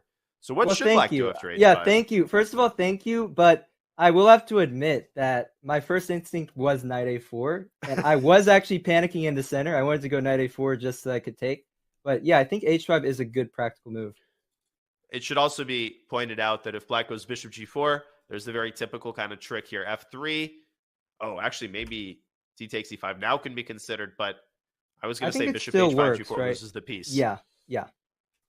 But de here, bishop no, e5? that doesn't look good. What's the maybe big black deal? should just go back to f5 here, go back to e6. But h6, like when white gets the pawn to h6, even if there's no checkmate, that pawn is a thorn for the rest of the game. Like black has to worry about the back rank. And this is where we have to take the eval bar with a grain of salt. Like it feels like a failure for black to allow h6, even if the engine, doesn't care at all. For a human to deal with a pawn like that in the long run is super annoying. I think h5 is the best move by a country mile here as we go back to the live board here. Mm-hmm. But, so Mikhail, what is I can't see the screen completely. Can you just tell me like how much does Antipov outrate Sargsyan? So Mikhail is 25.99. My OCD is acting up. And Anna Sargsyan is 23.61. But I will say Anna is very dangerous. She actually had a great performance in the Blitz tournament at the Charlotte Open a couple weeks ago. We made a draw And, she's very, very sharp tactically, and she's got a big time advantage here as well. I think this is quite promising if Mikhail doesn't play h5. Yeah, absolutely. I assume that Antipov is calculating first knight a4, and he sees the draw, and then when you notice that black doesn't have a threat, and you look for other options, I think h5 naturally comes to mind. Yeah, no, it does. There's just not that many other ways to improve the position. So we will keep a close eye on this game. Apparently, we are getting word that Sorokin and Camille Dragoon have had a couple of moves in their game. All right, let's take a look. Apparently, there might have been a draw offer that was declined. So let's go back to that game for a second. No, it has not finished. Queen to c2 was the last move on the board. Camille Dragoon is pondering his next move. He did end up playing knight e4, JX, and then white took on c5. So black kind of emphasizing his development, and bishop f5 here looking pretty interesting. This is, of course, Texas Tech with the white pieces and Utrgv Team A with the black pieces. Yeah, bishop f5 looks like a very tempting move. Threatening knight takes g3. The only thing, though, maybe knight h4. Knight h4 is the idea if bishop f5. Knight h4. And then, of course, knight takes g3, knight takes f5. Exactly. So, if you take on c5, then white maybe goes like rook d1, or you threaten knight g5. Interesting. And it seems that Sorokin might have offered to draw with his last move. How do you know? Would you take a draw here with black? Wait a minute. How do you know that? I think our producer might have caught something being whispered. I'm not totally sure. Seriously? Is he mic'd up? How could you possibly hear that? Well, you normally could see. I think when you offer a draw, there's a certain, you look up at your opponent and you might have mouthed something. Right. Okay. I think you can normally kind of see it. Yeah, I assume he wasn't asking what he had for dinner. So yeah. Now, but let me ask you this: if you were offered a draw here, would you take it with black? Right, and I have two follow-up questions for you right after I answer. Yeah. And my answer is yes, by the way, I would accept it. And my two questions for you is, number one, what do you think about the non-existence of 30 move rule in this tournament? Question number two is, what do you think about the ethical behavior of offering a draw and getting up from the board? Yeah, so first, great questions. When you say the 30 move rule, just to give some context to the chat, this is a rule first introduced around 2008 where you're not allowed to offer a draw until 30 moves have been played for either side. Sometimes it's 40 moves. In some tournaments nowadays, you can't offer a draw at all. Obviously, you can still draw the game by repetition of moves or by exchanging all of the pieces, but you can't actually offer it. I am a big fan of the 30 move rule, but in a team tournament, I think that quick draws are okay because you're still going to get some intrigue. In fact, if like two of the games end in quick draws, it makes some of the matches even more exciting. It actually does in a weird way, yeah. The problem, though, comes when you have 4 quick draws. And you have had in Olympiads before suspicions that creep up when 4 players all make a draw and the team ends 2-2. You start wondering, really? All 4 of the players didn't feel like playing that day on both teams? So that's kind of the caveat I would make. But I really don't have a big problem with it if some of the players feel tired. It's a 2-game-a-day tournament.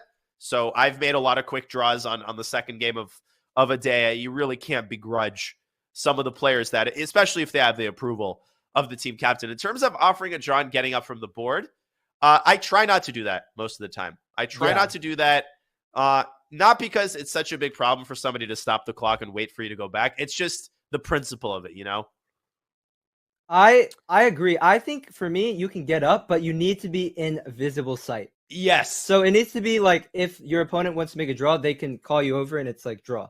Because the worst feeling is, let's say you offer a draw, he wants to accept, and you're nowhere to be found, and it's super awkward.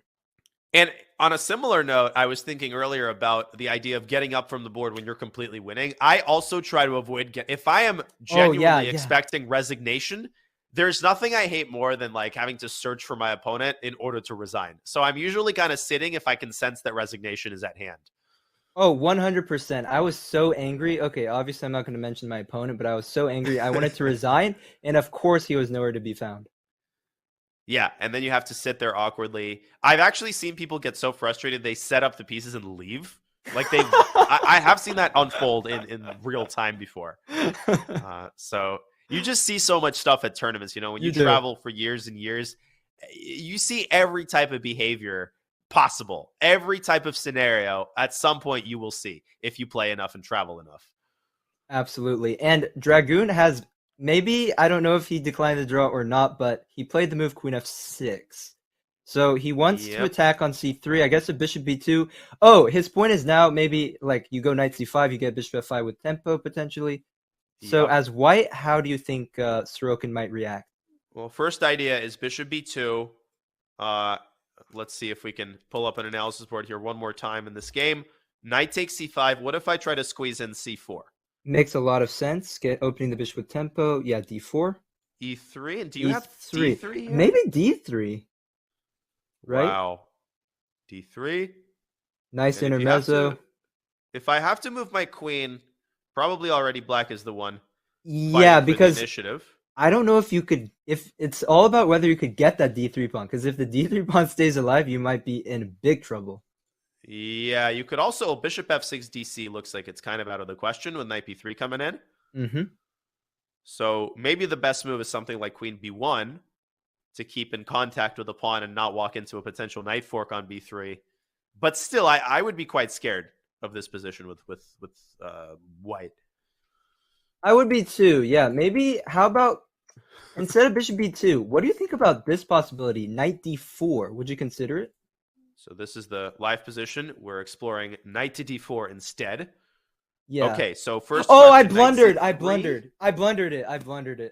You were testing my tactics. Hey, I haven't done any tactics today. No, but still, Jay, I would say this is not totally over. Knight takes C6. Oh, I guess knight E2 and BC. Yeah. Knight E2. I mean, that's not what I wanted. Yeah. No, this is not what I wanted at all. Okay. Maybe even E3 stays alive. But anyways. Oh, I didn't see E3. No, E3, knight D4, knight E2. Oh, knight E2 again. Yeah, that's no good. Yeah. So, okay, so let's discard knight D4. All right, let's think for a second here. I guess bishop not no. knight D4, rook D1. Rook D1, knight C3. Oh, but rook D1 doesn't look right. Yeah. Agreed. Bishop I think B2. bishop B2. I think it should be bishop B2. How about bishop B2, knight C5, and then knight D4? Whoa, he's got knight D4. I think if I'm wait, did he blunder the same thing? Did he blunder the same thing as I did? He must see something after knight C3 because he took his time. Okay. What could it be? Oh, I have an idea. So knight C3, queen C3, knight D4, and just king H1. And you have to say that's very like that subtle. You have to say it like that. Can you say it again? Okay, just king H1. Just okay, no problem. Knight takes C2. I take win, and I play bishop D5. Okay. Man, that is such a clever move, just sidestepping, because like knight E2, like you said, queen F6, bishop D5, and white's probably the one pressing in that endgame. If rook E2, then you attack the knight. You maybe go bishop E3 or bishop B2. I'm not sure which. But yeah, king H1. I mean, it's the only move. King H1's the only move in the position, process of elimination. You don't want to get forked.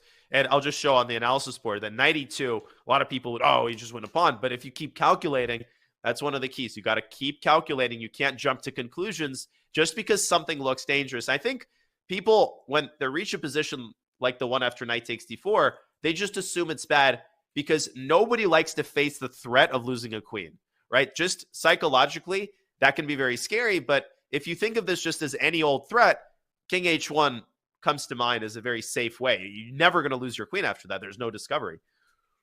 Yeah. So brilliant maybe that's the idea. That's really impressive if he calculated that all the way through. And I'm guessing that he did. And it seems to me that only white can be better in that position. The eval bar showing zeros.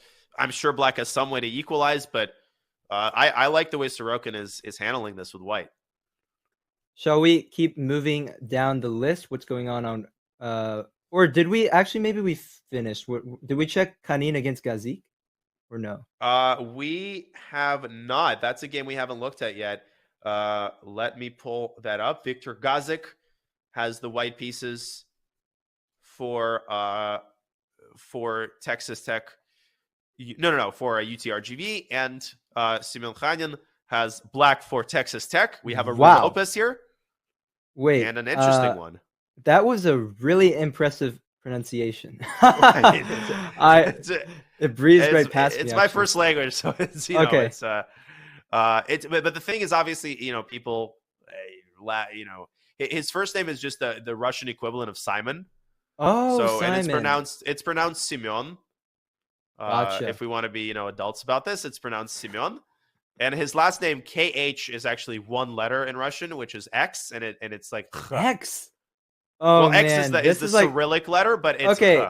That's like my name. Everybody pronounces my name wrong because it has an X, I guess. So, yeah, tricky stuff. X is a tricky letter in other languages. Yeah, it's like a stand-all in English for stuff that doesn't exist in English, which is where people struggle. But anyway, we are looking at a Marshall Gambit, pretty solid for both sides. I think Levon has probably already played this position like 5 times for Black. I mean, this type of position. White, I don't know. White will probably take on B8, but it's hard to really get anywhere. Like, the A6 pawn is the only weakness I see, but you can't ever attack it. Yeah, maybe Victor needs to find a way to step on the Gazik pedal. But I don't know how to do that. I like that one. Low-hanging fruit. That's Was that low hanging or was that like on the ground? it was below the ground. It was underground. That's how low I had to stoop for that. Maybe you can trade on B8, trade on D7, and go something like Queen A4. But where are the infiltration squares? And then how are you going to reclaim the B file? Yeah, I'm thinking like, what if you take on B8, take on D7, and play Queen C? Queen A. Nah, it's just lame. It's just lame because let's say you even if you get the B file, I go Queen A8, Rook B8. What's the big deal? I'll show that really quickly. We don't even need an analysis board. I'll just show really quickly what you mean. If White trades everything and says, hey, I got the B file, Black says, no, hey, I got the B file after Rook B1, Rook B8. And this is exactly how you draw very quick. If White gets this type of position, then you're not even talking about an advantage for Black. Black is way too solid here. So the ball is definitely in Gazik's court here. Looks pretty solid for Hanan. And we will keep an eye on this fascinating match between Texas Tech and Utrgv. But as we prepare to get Christian Chirila on the show, let's go back to the Mizzou match. We had the draw on the top board between Cantor and Aparn. And on board 2 in that match, we have... let's see if we have an update. Let's see if we have an update here. I'm interested to know. Did he play H5? Let me go around to that match. I'm looking for it. Just a moment. No worries. Take your time. Yeah, who's on board 2 in Mizzou? It's Antipov Sargsyan. Yep, there it is. He has not played H5. He's played F3. And I mean, has he seen a Feingold stream? Maybe he hasn't. That's why he played the move. You never know. Okay. No, F3, I mean, covering some of the key squares on the king side and not fearing D takes C5. No, but here's what I don't like about this move. What if I play H7, H5 for Black? Stopping permanently all sorts of shenanigans. Here's how I understand this position. It's like both sides have trouble creating threats. So all I have to do is, let's say you go F3, you're threatening G4, I just go H5. Give it right back to you. And now what do you want? And now you've got this additional complex of weak dark squares on the king side. Exactly, yeah. And in the center. Precisely, yeah. Precisely. H5 looks very, very waterproof for Black. An interesting middle game here. And speaking of Mizzou, and to offer his unique insight, one of our absolute favorites, Grandmaster Christian Chirila, is now in the studio, the coach of Mizzou. Christian, welcome to the show. Thank you, Dania. Hi, Jeffrey. How's it going, boys? Hey, Christian. Long time no see. I saw you in chat earlier. I saw that Ray wished you a happy birthday. Let me go ahead and wish you a very happy birthday as well.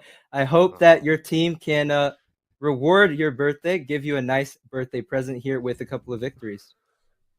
Well, I was just enjoying myself, trying to remember my times as a streamer, and also enjoying this moment, having 5,000 people actually watching the Pan Americans, which is for the first time in history. So I'm just enjoying the moment.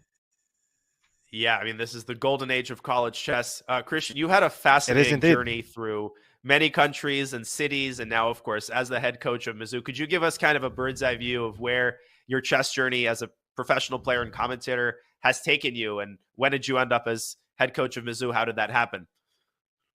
Yeah, so I was what we call a professional chess player up until I was around 18 or 19 when I finished high school, and then I received this offer of potentially getting a degree in the United States from UT Dallas, actually, who is represented here with quite a few teams as well. And I accepted. My playing career, let's say, took a step back because when you have to combine both your academic career and your chess playing career is not as easy, of course. But yeah, those were the first 4 years in the US, and after that, I moved around. We actually intersected in the Bay Area, Dania. It was a great time at Bay Area Chess. We had good trainings there, good some good games as well. I remember some of our Blitz games, and after that I moved to Missouri to take over the University of Missouri, which was at the time not a chess scholarship school, and we decided to create this program. The rest is history, I guess, in terms of my collegiate career. Gotcha. Wow. And I guess my first question would be similar to what I asked Bartek earlier. Just your previous experiences, I think it's really interesting because you've played the Pan Ams and you've also coached in it. So just talk about your experiences. Did you have any fond memories? Man, as a player, it almost felt like there wasn't as much pressure. As a coach, I have to say I'm feeling the nerves much more than as a player. I don't know why exactly, but it just feels that way. Nevertheless, I'm just excited for the guys and gals here on my team. I'm excited to see them play. I'm excited to see them network. You have great companies around here, just trying to speak with the players, and it's just an amazing event. Yeah, Dania, you see, I know what I'm saying. It's much more stressful for coaches. No, that's exactly I think so. what you Yeah, mentioned. yeah. I can't even imagine. I mean, every move, causes your heart to jump. I want to get to the games. We've got some fascinating positions, especially Christopher Repka, who's got a super promising position. But final general question, Christian, before we delve into the games. Mizzou won the second season of the Collegiate Chess League, and Grigorio Parin won the individual prize in the most recent season. Can you talk a little bit about sort of Grigori specifically, what he brings to the team, and what he's like as a player? He's almost 2,700, but maybe a less familiar name to some of the people watching the Pan Ams right now. What is Grigori like as a player and as a person? Well, let's just put it this way. I got extremely lucky to get him on the team when he was only 26, 25. Or maybe even less than that. But to be honest, 2700s are like unicorns in collegiate chess, and to have one on the team is, it's a great blessing for the university and the program. He's one of the higher ranking players in collegiate chess. I know Webster had Lequang Liem, who transitioned actually to becoming the Webster coach as well. We've seen Wesley So also go through this system of collegiate chess and then going on and moving into a professional career. But yes, having Grigori is a great guy. He's also a great student. This is one of the things that we emphasize whenever they come to the university and join the program. They need to keep quite a high academic standard, around 3.0. Most of them have over 3.5 and above. So he's been doing great in terms of his academic career. He's actually right now pursuing his second master. So it's been great. He's also a great player, and he loves to help his teammates, which is very helpful for myself as well. Sorry, Christian, I couldn't keep a straight face there for a second because when you mentioned the 3.5 grade point average, me and Dania had the exact same reaction. We were like, yeah, the sort of Mouth to one side. That wasn't me. That wasn't me. So I tell them, look, my own experience. I was struggling to after the first semester, I had close to a 2.0 GPA. I don't want to shoot myself in the foot here, but I improved after that, and You're of course fired. I managed to maintain my scholarship. But I wasn't that model student. Let's just put it that way. And luckily, these guys are. So, first of all, that moment that me and Danya made the face reaction chat, make sure you clip it because that's good content. But I promise you, we'll get to the games in just a second. I had a question about Grigory Oparin because you mentioned Oparin. He has been like registered at Mizzou, I want to say, but it says that it's his first year. Can you give us some more insight about that? No, I'm not 100% sure why that is the case. He's actually one of the founding members of the University of Missouri. We started the chess program. We started in 2019, and he was among the top 4 players that we recruited that year. So he finished his first Masters, and now it's the first year of his second Masters. Oh, so I would assume that's why it says. Wait, I'm first confused. year. Yes. Can you explain it to me, Danya? Yeah, I mean, he made a master's So degree in, I assume, one field, and now he's doing another master's in a different. Exactly. Oh, so it's a first year of Masters. So does he have another 3 years? Of his second Masters. Oh my yes. gosh, he is. Damn girl. I mean, Yes. Yeah. He's not joking a around. studious guy. Let's just put it that way. He's a studious guy. Yeah, and he made a draw here for Mizzou in on his top board. Christopher Repka has the black pieces. Christian, this might be your most promising position thus far. What do you make of Christopher's winning chances here? It's looking good. The material is limited, so that's obviously always concerning whenever you're trying to convert this type of minimal end games. But this one is looking good. I mean, I see the knight on a3, probably a6 is going to come on the board. That knight on a3 doesn't have a great future. I see a beautiful majority in the center and a potential opening of the lines towards the king on f2. So, and I also see a knight landing on d3 with check and pick up that double pawn on b4. This one is looking promising, of course, for black. And Chris has been doing well this tournament up to this point, and it's actually his senior year, and I have a feeling we're not going to have him for a Masters as well, because he's already pursuing a career outside of the academics of the university. So in his last year, I hope he will be able to put up a good result.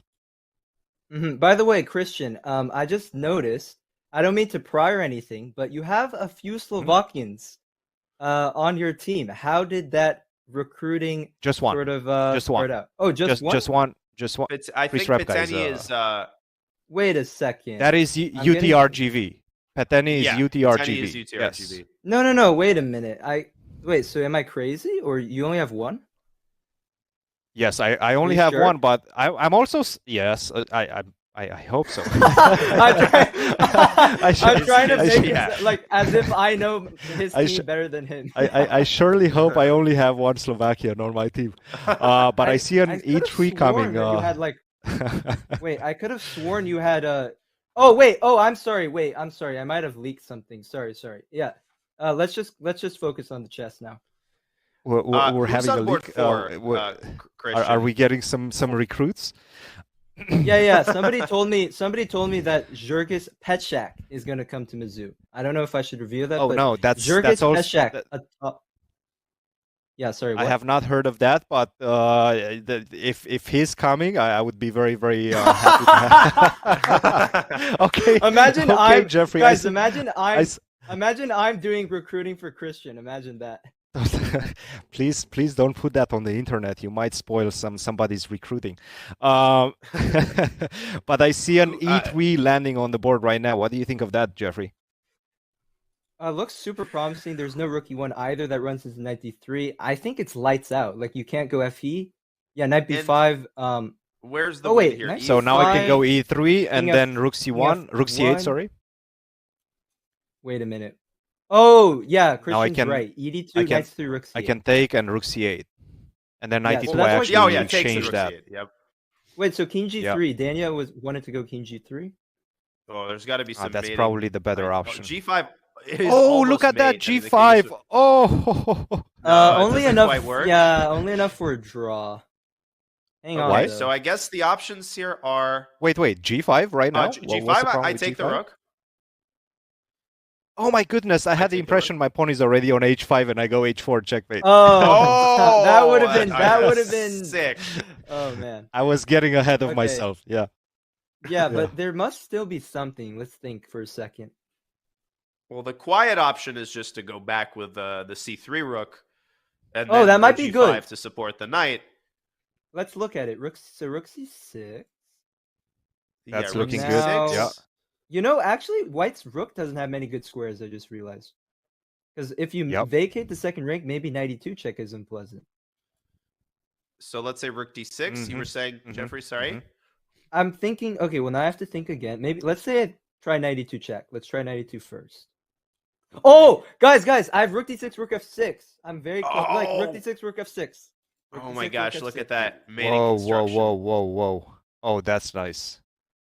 That is Rook nice. H6 is mate. What Wins about a King piece. H4 though? Hang on a sec. Go King H4.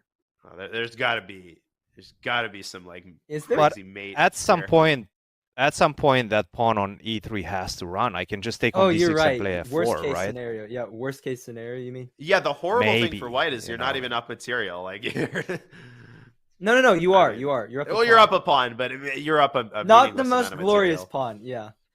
So no, this is looking incredibly promising for black. Knight C2 has been played. Going back to the live board, probably the best move for Chambers to stop E3. But Yeah.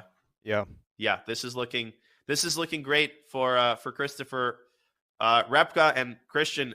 We know that you're nervous. You're following your team. We don't want to keep you too long. We want to let you go root for your team. Any last thoughts on your experiences as a coach at Mizzou thus far before we release you? No, I mean it has been great. I have to say, once again, I was just lucky with the batch of students. They've all been very studious and haven't given me too many problems.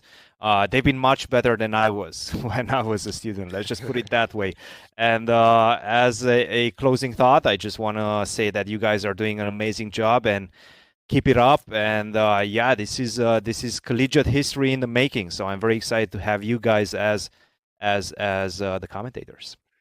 I'm very happy as well, Christian. Just one more really quick question before we let you go. I want to know, how's the venue? Talk about the venue a little bit.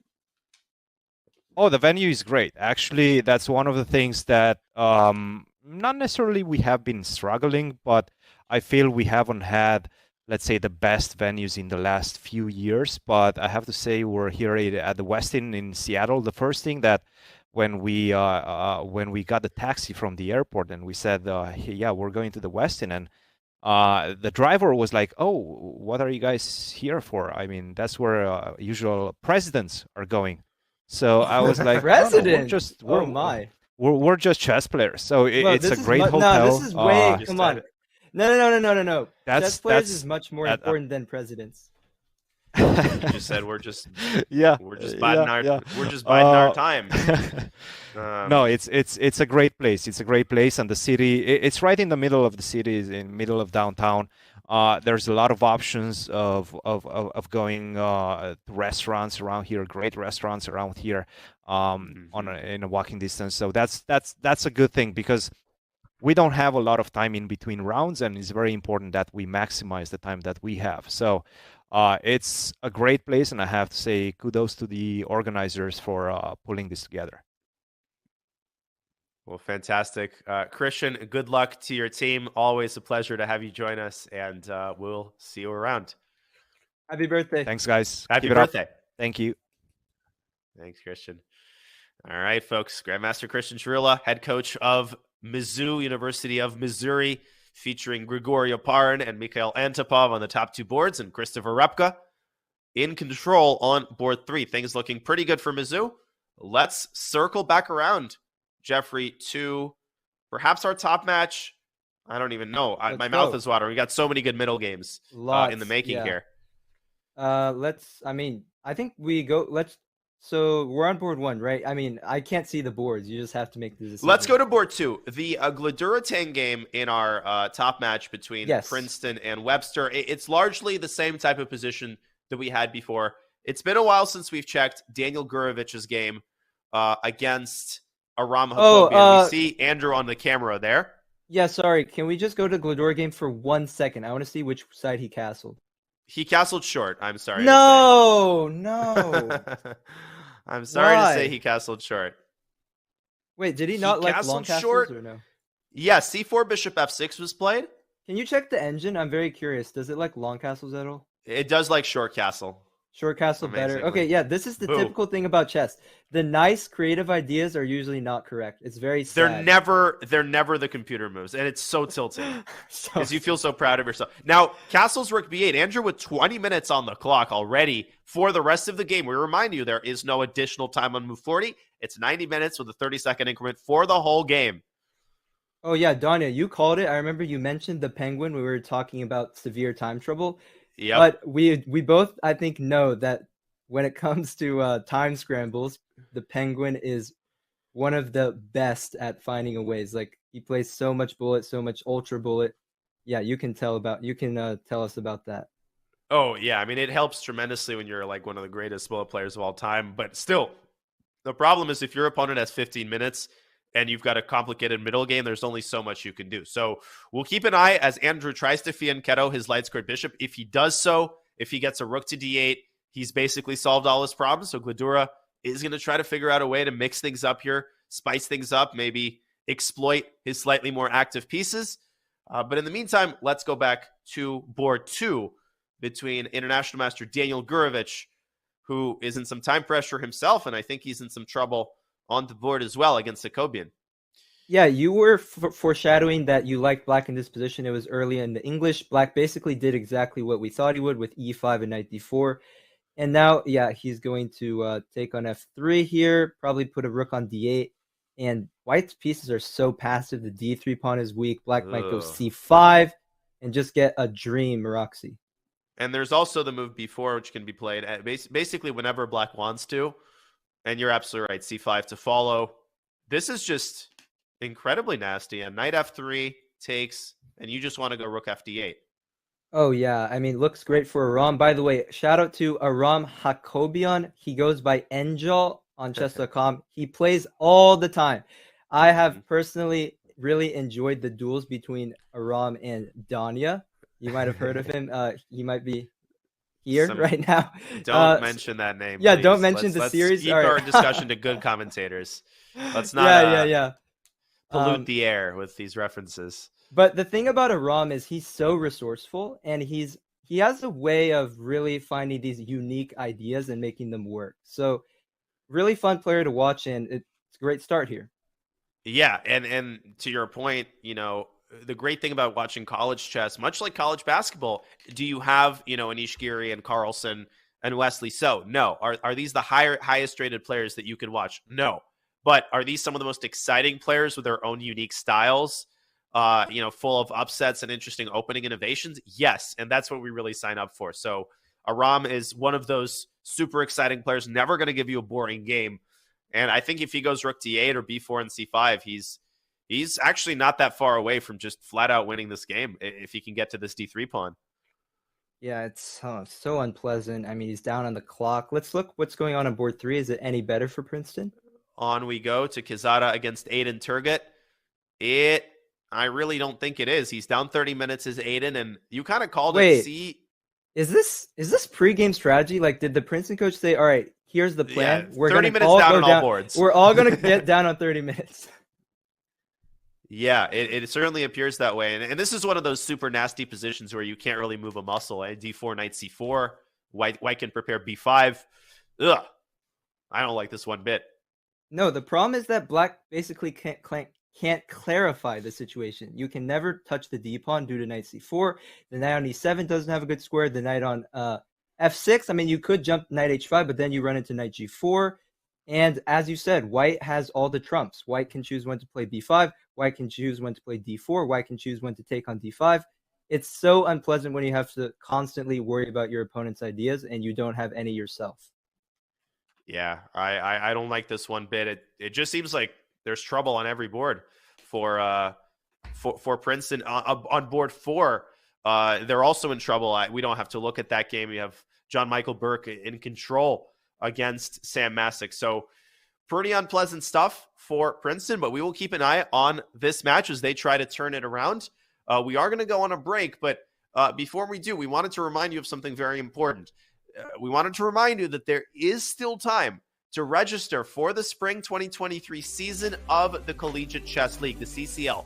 If you are a university student and want to represent your school in the best online chess league for college students, sign up right now. Do not miss your shot to make history in the biggest CCL season to date. Use !CCL, that's !CCL in chat for more info. Registration closes a week from now on January 13th. So do not miss your shot to join in on the university fun. Well, ladies and gentlemen, we will have more Pan-American intercollegiate fun for you after this short break, as round 3 will continue very shortly. We'll be right back.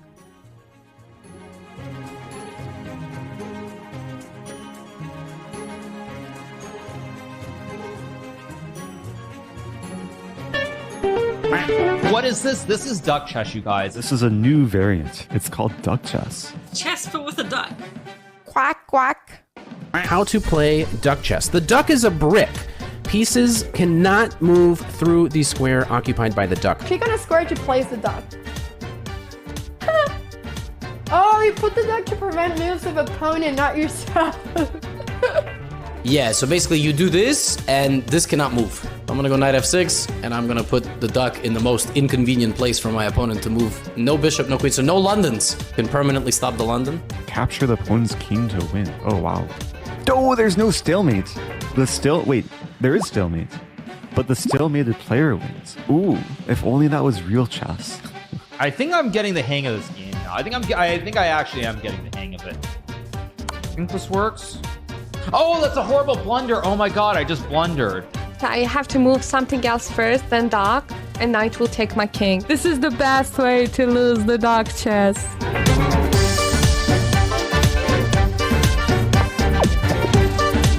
Those some real bullet skills right there, boys. This is the first time winning duck chess. That's so exciting. Oh no, mouse slip. No. I won! Yeah! Duck chess champion. Give me those points, baby.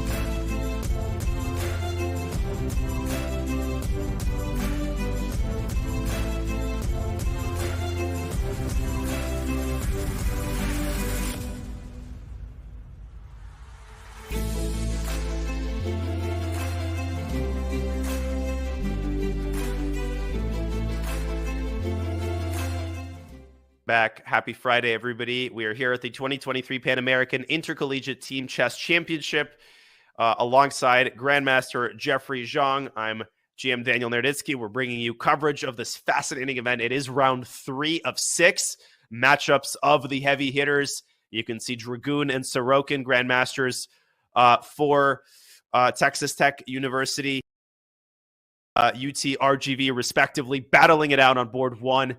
Jeffrey, it's been a great round so far. A lot of high-quality games, a lot of different openings. We really couldn't ask for anything more, could we? Truly, it seems like we've seen a mixture of games, which I love to see, a lot of variety, and I'm excited to see more. So where shall we head next? Where shall we head next? Great question. There's a particular game I wanted to look at in the slew match. Robbie Kevelishvili, I think, might actually be in a little bit of trouble against a much lower rated opponent in Ekenbaris Ozanir. So I wanted to go to that game and solicit your opinion on the way that game is going.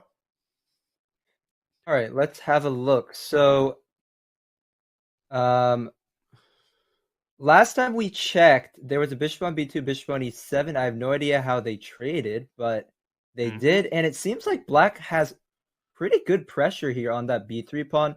Black also has a passed b pawn, which might not seem like a factor, but you never know. In the endgames, it might be. Like, imagine, my coach always told me, like, if you wipe everything off the board, imagine you wipe it all off the board, CD, pawn endgame, all of a sudden, you have a losing endgame because of this protected passed pawn. So, long term, Black seems to have an edge. Short term, also, they have an edge, right? The pressure on b3.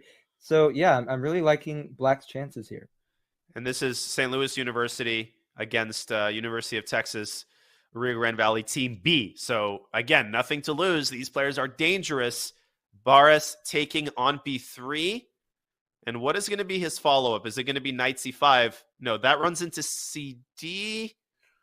So let's say white plays ab, which I think he is, although rook takes b3 probably should be considered. Yeah, rook b3. No, but rook b3, I'd move the queen. And are you really happy with that isolated a pawn? I'm not. I think he's taking with the a pawn. And then the question is, how does Black tighten the screws? I'm thinking to double on the b file. I just don't know where to go rook b6 or rook b7. So let's play the moves out on the board. AB. Because you want to pile up pressure on b3. Yeah, let's say rook b6. Yeah, so that knight d4, the pawn is protected. Yes, that makes exactly what I was thinking. And if you can induce c5, then rook Black's b5. hands are untied. Exactly. And you lose the pawn. So yeah, if c5 and b4, you lose b4 in the end. Okay. Isn't this problematic? Like, white has to do something. If you just allow rook fb8, you're going to be in a world of hurt. So it's got to do something, but I don't see an idea. Super tilting that you can't go rook a1, you can't go rook a2. I mean, it's like you're totally hamstrung here by Black's control of all the key squares on the queen side. No, white's clearly worse. Wow, what a result this would be if Black... huge. I mean, huge. What's going on the other boards?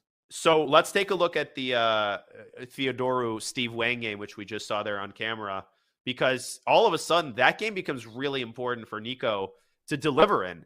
And okay, a lot of pieces have been traded. We remind you, this came from a Slav.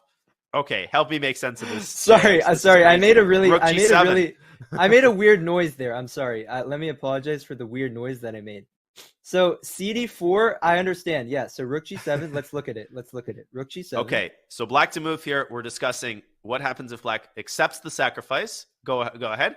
Yeah. King g7, queen g5, king f8, queen f6. I think you have to go like rook c7. I didn't think this was that bad, but the engine is like screaming. Okay, there must be maybe just rook d3. The problem is you can never go queen e7. Exactly. Oh my god, that's so important because then, or it's not. Oh, maybe even better would be throwing like c5. You can play c5, but then queen d5. Oh, queen d5. It's like Black is like hanging on. Okay, but play rook d3. Device. Rook d3 seemed very promising. Like, let's ignore the engine. I know the engine is dropping, but who cares? Yeah, because like again, queen e7, queen h8, maybe king e8. Somehow Black is able to run away. King e8, queen f8, which is why you throw in c5. Okay, let me show. This is amazing. So here Black goes here. Looks like rook g8 is unstoppable mate, but it's not. Black goes queen f8. but you start with c5. Now, black can't take with the rook. You get mated. Can't take with the queen. Lose the rook. Queen d5, rook d3. You don't have the same defense. This is what I love about chess, GX. When you have these like super logical moments, like you can completely understand the logic of the move now because we've derived it. I so love that. I remember as a kid, this is called like comparison. It's kind of called comparison, where you compare two moves that look similar, or should you include this move, or should you not include this move? And then you just you solve it logically. C5 is the double exclam move. This is great material for like a lesson. I'm saving this. I'm saving this for my lessons. Same. So instructive. And what that tells us, where great minds think alike, is that C takes d4 loses the game on the spot. So if Steve can't take on d4, as we go back to the live board for a second, what does he do? Yeah, rook g7 is a huge threat. What about just queen e7 actually? Yeah, just step back, take the sting out of rook g7. That actually looks really good because you would be threatening knight h5 and cd4. Oh yeah, there's also a fork threat, which of course you can't play now because you get mated. No, queen e7 is definitely the best. That's a great move. It most certainly is, and I think white might have to go like rook g to d3 and basically say, but yeah, the bailout should be a draw. I mean, maybe white is a minuscule pull there because of the slightly better king safety, but Steve, with 44 minutes, shouldn't have a hard time making the draw. I don't think. Yeah, first of all, I'm almost sure he's going to play queen e7, and yeah, that position. No, Nico's a great player, but I don't think he can squeeze out blood from that stone. And Steve can definitely, he can struggle in some complex positional situation. When you get into concrete play like this against him, he's a calculating machine. Like, he is not just going to make a random blunder. He's going to figure things out, and he's going to play fast. Like, he's super confident in his abilities. Very, very tough pairing for Nico, honestly. 23-98, yes, but Steve is one of those players you just never want to face in any tournament. So we'll see if he finds queen e7. That might be the only move. I mean, he's keeping up with Nico on the clock, keeping up with him on the board. And can I say that it's a bit weird you call him Steve because we're Chinese, so I call him Tianqi. I call him Tianqi Wang, and you call him Steve Wang. Very different pronunciations. I wonder which one's correct. Hey, I live in the South. We're American. Not really known for my ability to pronounce names. Oh my God, that's a new one. I haven't heard the Southern. I've heard the Valley Girl. I've not heard. Well, after 3 years in the South, I think I actually find myself slipping by accident, which is dangerous.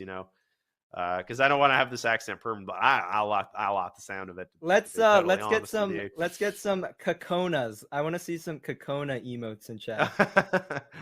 Yeah, I mean, the further out of Charlotte you go, the more pronounced this accent becomes, which is kind of fun. But if Steve finds queen e7, he's in good shape. I'll tell you one other thing, Jay.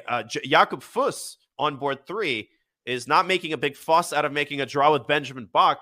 He's playing solidly. I don't think Benjamin has too many winning chances. If we can step into that game for a second. No, that's maybe a tiny pull for black. Knight slightly better actually, here. Hang on a second. The more I look at it, I see some potential. Like, imagine black goes g5, g4. You fix the light squares, and then you put an knight on e4. So there is some sliver of hope for Benjamin. But, of course, with best play, white should be able to maintain this. So how do you think Jakob should play? Should he step back with his bishop, or should he consider the forbidden move? I would play the forbidden move first. Okay, let me try to trick you. All right, try. F3. No, the queen b5, just queen d2. I just moved the queen? Yeah. No, the thing is, black's only idea is g5, g4, because you need control of the e4 square. Otherwise, your knight doesn't even have great access. So... you can try g5, h5, but I'll probably go h3, g4, and then, yeah. And you're also covering f5 while you're at it.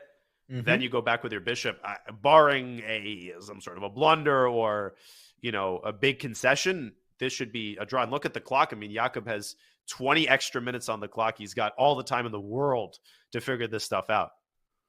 He really does. And I'm really starting to smell an upset. We're probably thinking a draw on Nico's board. We're thinking a draw on this board. Kevlichvili is in trouble. How's the last board? Okay, Kevlichvili is in trouble. That's what we were just looking at. So the big game becomes Harshit Raja against Ana Maria Marjanovic, correct? I'm just trying to make sure that that's part of the same matchup. Let me take a quick look. Who is board 4 for Utrgv?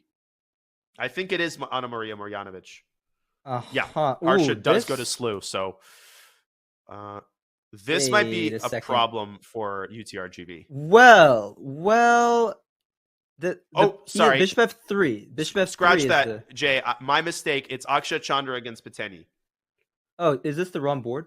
This is the wrong. Let's go back to Chandra. Confused. So the final board in UTRGVB. Oh, I saw a handshake. Yep. In Sorokin against Dragon. So they agreed to a draw. Let's just bring up the board there. Yeah, and we're going to get a lot of results quickly. So we are going to do some jumping around. We apologize for that, but that's just the way that these rounds go. This is the final position. Okay, so we left it off at, it was like knight c3. Knight takes c3 was played, I think. Yep. Keep going. Oh, he took with the queen. He took with the queen. So we were talking about knight d4 king h1 with both. Oh god, which both players probably saw, and instead they got this one, and yeah, looks like a pretty well played game. Yeah, very balanced. They continued bringing their pieces in. White rerouted. Knight b3 forcing the mass trade, and obviously nothing to play for after you get the opposite colored bishop. So solid game in the top board of TTU, Texas Tech against UTRGV. And that leaves us with the 3 other boards. But now I think Christopher Repka, by the way, has defeated Ezra Chambers. So a big win for Mizzou on board 3. Let's see how he wrapped that one up. So let's go back to that one. He wrapped that up with a nice little tactic. Yeah, rook c3, rook e8. And he just went back to f8, and the game was over. Yeah, the knight left and e3 check, a nice little finishing touch. Oh, bang, E3, back to d5. Goodbye. Nice. Just losing your knight. Looking good for Mizzou. They're up 1.5-half, so unless Antipov, loses that against Sargsyan, I think they should be in pretty good shape. Totally. Okay, so before we forget, let's go back to Chandra. Yeah. So Patenia against Chandra. This is board 4 for UTRGV Team B against St. Louis University A. Chandra really needs to try to win this one. Yeah, and coming into the game, I'm sure that was not the instruction. The instruction from Alejandro was probably just hold with black because we're big favorites on the other 3 boards. But it's amazing how in a team match, things really change on the fly. So more or less, you got to just play your position, but keeping an eye on the neighboring boards is so important because you might be at a crossroads where you play safely or do you actually go for broke? And speaking of keeping an eye, a very easy blunder to make here would be to go rook f to d1. Into rook takes d2, which is a threat now, but not as much of a threat because white can go bishop takes c6, although it'd be 2 faults. Yeah. I was gonna say there's a actually I don't know if this really applies, but Peter Svidler calls the move like rook fd1. I forget what the name is, but basically it's a move where black wasn't initially threatening rook d2. Like let's say there was rook d2 bishop b6, but because of rook d1, you actually set yourself up for the tactic. I forget his name, but it's kind of like a funny little theme or concept. It's a move that enables a move to become a threat. Yes, that's a great distinction. Right, I didn't explain it properly, but I think you understood. No, I thought you explained it very well. Like it's not a threat to begin with. The move itself already exists, but it empowers it. A particular move by the opponent empowers it because this allows rook takes d1 check intermezzo, and then black recaptures on e6. So do you take on e6 first and then go rook fd1? Is white slightly worse there? You've got the weakness on b3. Yeah, I don't like that for white. Yeah, I think it should be slightly. My guess is it's slightly worse because the b3 square is a big problem. If your pawn was on a2, you could go knight b3. This reminds me of Sam Shanklin's book, Pawns Don't Move Backwards. Imagine the pawn on a2, you go knight b3. I would prefer white, but the pawn is on a3. You don't have knight b3, and now what do you even do? Like knight a5 might be coming next. Knight a5, of course, doubling on the d file. you really would kill to put a knight on b3. If you could do that, all of your problems are immediately solved. Like if white's knight gets to c5. Okay, so let's say I go rook ft1. So let's try to figure out if we can predict the course of the game. Knight 8. By the way, I have a beautiful little trick for you. Let's hear it. Why did I just go into Yasser's voice? Okay, No, knight a5. This is what I like to hear. Yes. Yes, this game reminds me of I think it reminds me of a game against Lajos Portish from Tilburg, 1984. Where Freaking out Portish. So my idea is queen c5, rook d2, and knight b3. Oh, the family fork. Oh my gosh. And the great thing is you can't defend a1. That's the real problem. Yes. Nice one. So if not queen c5, what will you try?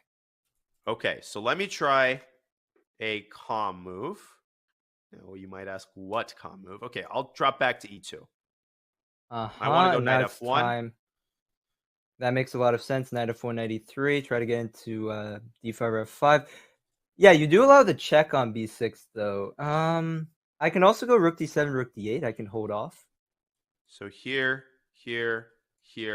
I'll go here. Yeah, it looks like a draw. I think with a couple accurate moves, Paten should be able to hold. I mean, yeah, the queen side is weak and it's unpleasant, but with 30 plus minutes on the clock, I really don't see him losing unless he makes a big positional mistake here. But this is spectacular. This could really be a big upset because it would be coming huge. in. I mean, this is St. Louis A, the defending champions, playing against a Utrgv B team. Yeah. So, I mean, I would have to actually give the edge to Utrgv just based on the positions. Well, all of this depends on Ekin Baris Ozanir defeating Robbie Kevlishvili. He is better with black. He's up on time. So we are going to keep a very close eye on that game. But on we go to a couple of the important matches. We talked about Sorokin and Dragoon drawing their game. Gazik and Kanan don't have anything to write home about. There are a couple of games we haven't looked at just yet. Right. Luka Budisavljevic. I'm just trying to remember who he plays for. That's a grandmaster originally. No, UTD, I'm not sure. Let me look that up because he's got an interesting position. He's part of Mizzou B, who we actually haven't looked at yet. You want to take a quick look? Let's go. All right. So this is Budisavljevic, top board for Mizzou Team B. And we can see the pairings there on the bottom right of your screen.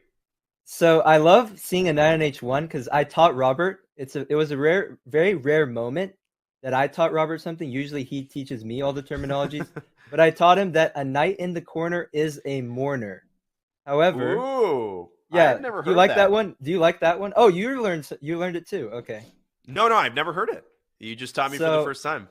Yeah. So what do you think? What do you think about that now in h1? Is it a mourner or what would you say? Well, we might be mourning the death of White's king pretty soon if Black appears on d4 with his knight. This is looking terrible for Vitesse.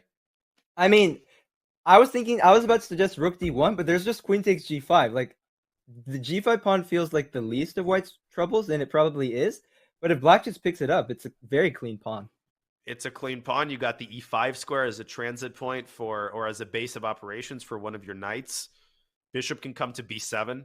No, this is borderline losing for White. I think so. Yeah, but by the way, I'm looking at the Mizzou B team. That is not a team I would want to face. I mean, Josiah Stearman, 2360, but he's one of those super dangerous young players who can defeat absolutely anybody. Let's go to his game for a second. He's not defeating anybody in this game, though. He might be just flat out losing. Ooh, yeah. He's just down a pawn here. And for very minimal compensation. Like, he's got the bishop on d3 and pawn h5 trying to tie down the rook on h8. Like, Black can play e4 whenever he feels like it. So, should be a winning endgame, but perhaps some technique required. Yeah, I mean, in an important game for Toronto to win, given that their top board is likely to lose. Does Black want to play e4 in this position, or is it premature, would you say? I'm trying to think. Maybe it's not premature, because what other moves would you consider? Like, you could go h6, I guess. You could go h6 just to free the rook. That's also a possibility. I don't know which one I'd prefer. Just sort of keep the tension with h6. Mhm. Yeah, but this is such a nasty position for white. 0 winning chances, and you're suffering for all of eternity here. I hate those kinds of positions, especially in a team match, because it feels so. It just feels really bad. Like your teammates are looking at your board, worrying, and obviously you can never win. You're never going to be the hero. I mean, you're just dreaming of a draw. Very uneasy feeling. I had a game like this, and I want to look at John Michael Burke's game against Sam Masick. That is the bottom board of our top match between Princeton and Webster. We haven't looked at it yet. Huge rating disparity, but Sam Masick is sort of holding his own. We'll get to that in a moment.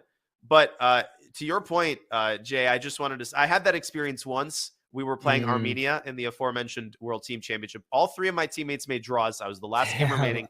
I had one of those 50-50 positions against Hrant Melkumian. I thought I had a draw in the bag. Sorry. I was going to say by 50-50, you mean like either you're playing for a draw or loss. Exactly. And at some point it was more like 90-10, but I made a mistake. And I ended up losing. And it was one of the most devastating. And I don't like to be dramatic, but that feeling at the team dinner, I will admit that my teammates were so nice to me that I was like totally holding it in.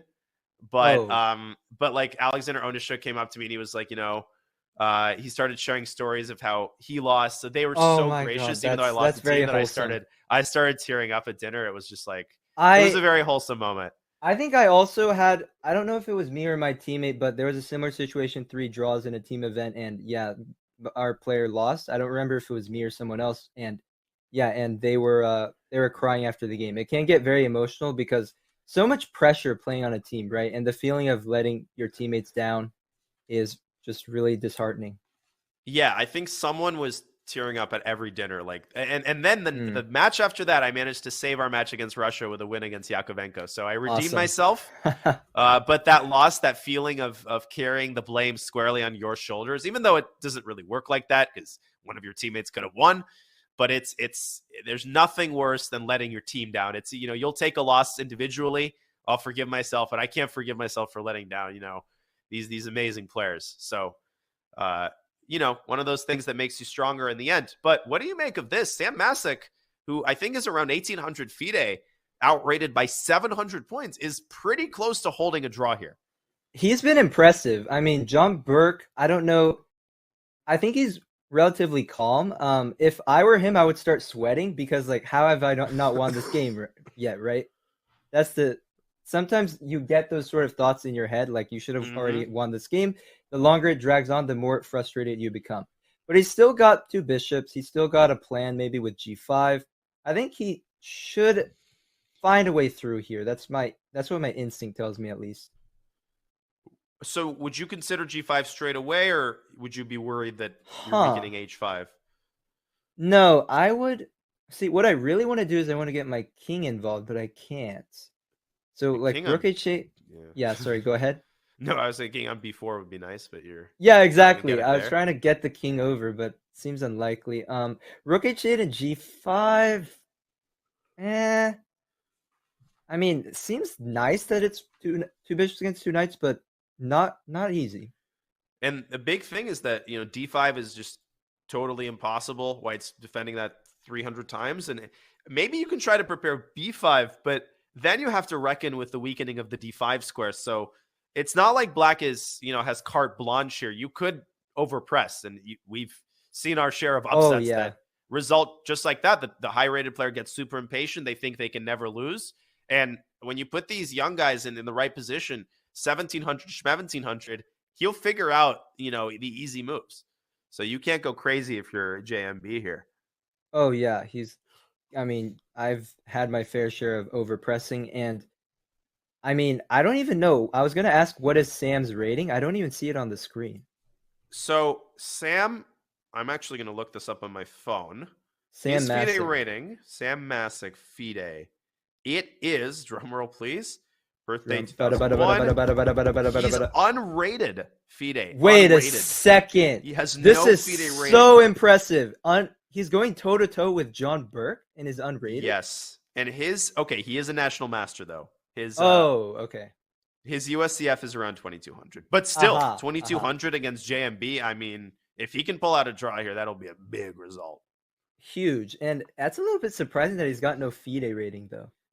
And the way that happens is you basically just play local tournaments for your whole life. And that is a problem with US chess that is well documented. Not only do some people have no FIDE ratings, you'll have somebody who's 2,300 USCF and, 1,800 FIDE. And those players are just rating busters.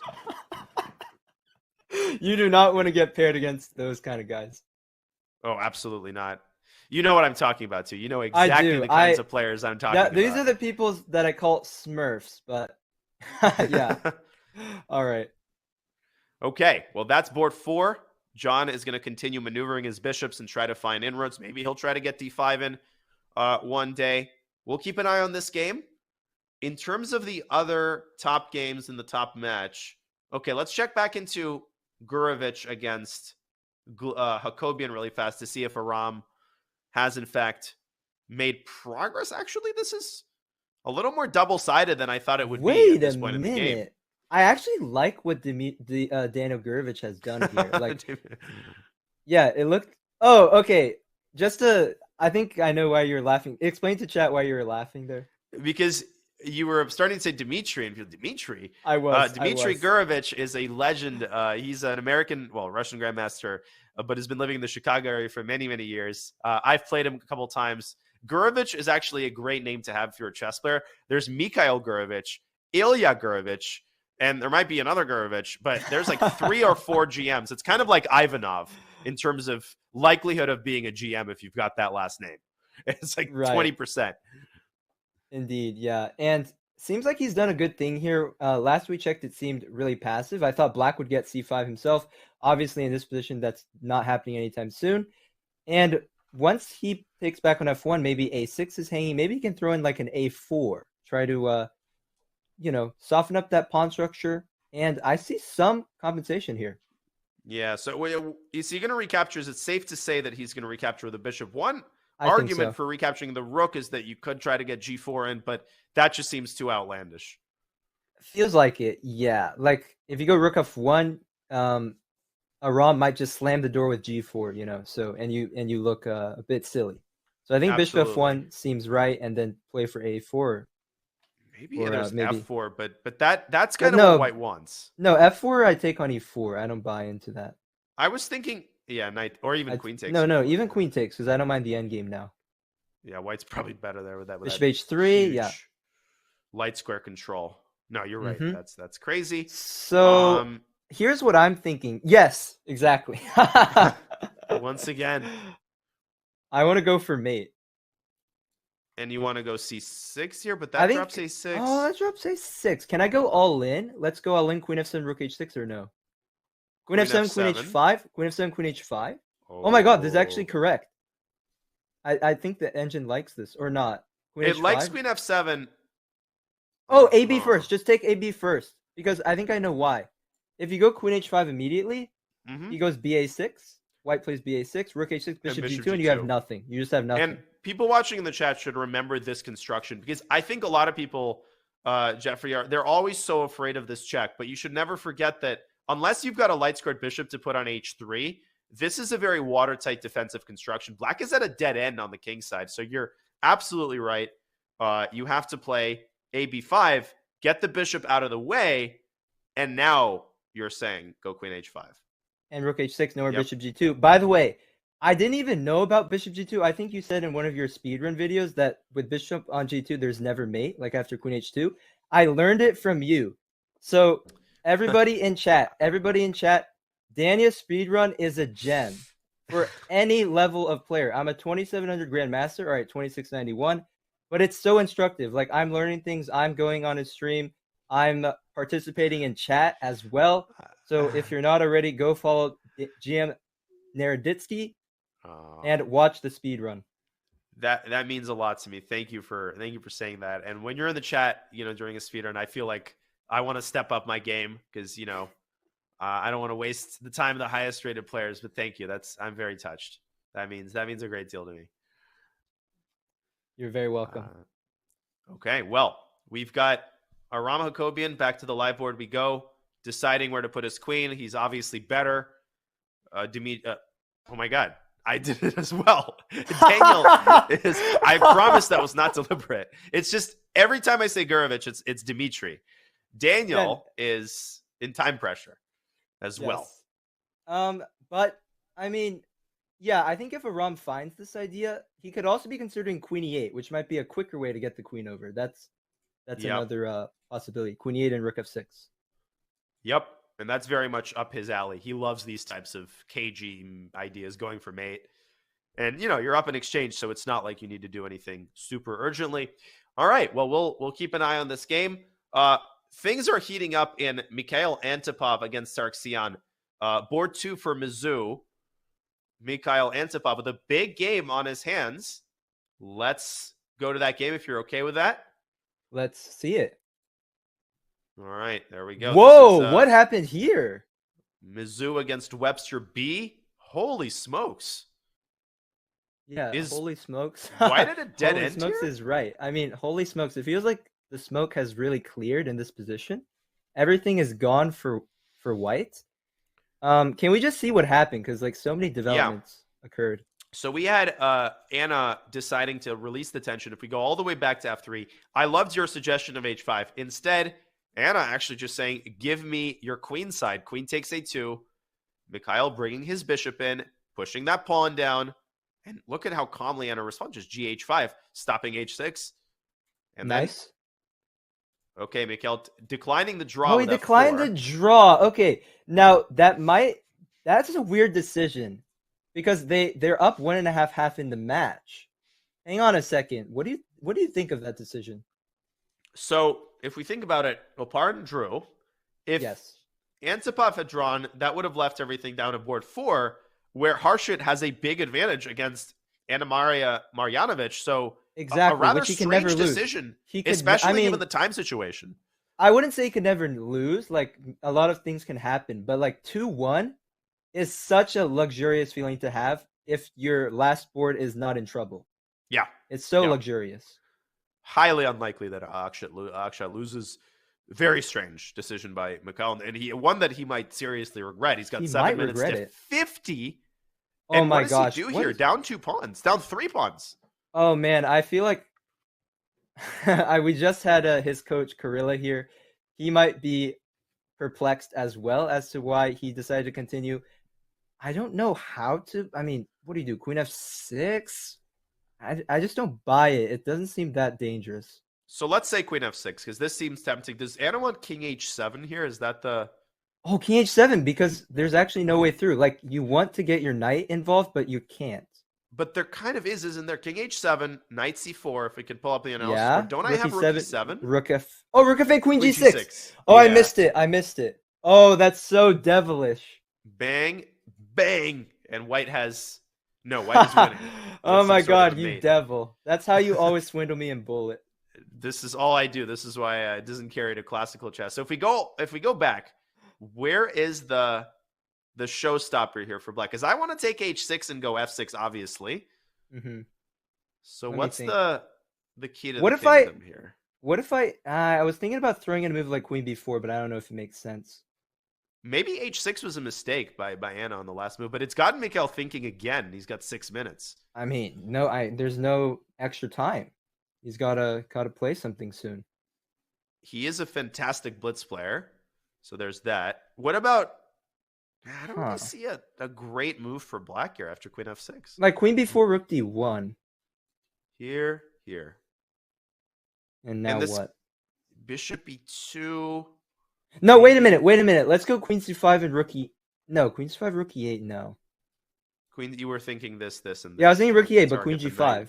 Queen G5 though. And you've got at least a perpetual. I mean, probably it is a perpetual, which I don't want for Black. I want to win this game. At least a perpetual, and at most a perpetual. Yeah. Interesting. I think Mikhail should play Queen F6 like ASAP. What else is he thinking about? Maybe Queen D6 or F6? No, F6 is similar. bogus. F6 is a paper tiger, as you would say.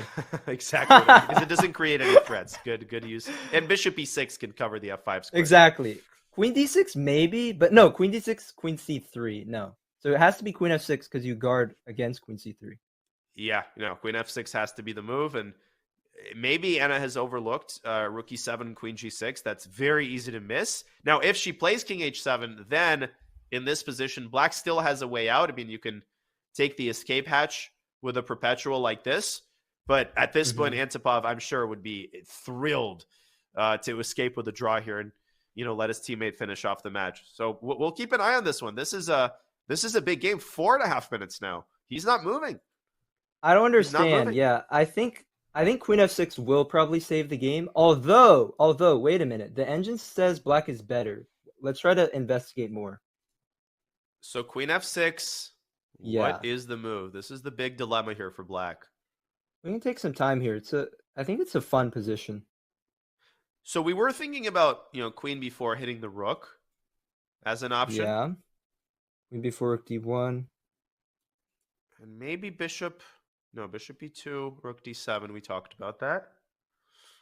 Huh. I don't know. I don't don't see it. Bishop b3 maybe?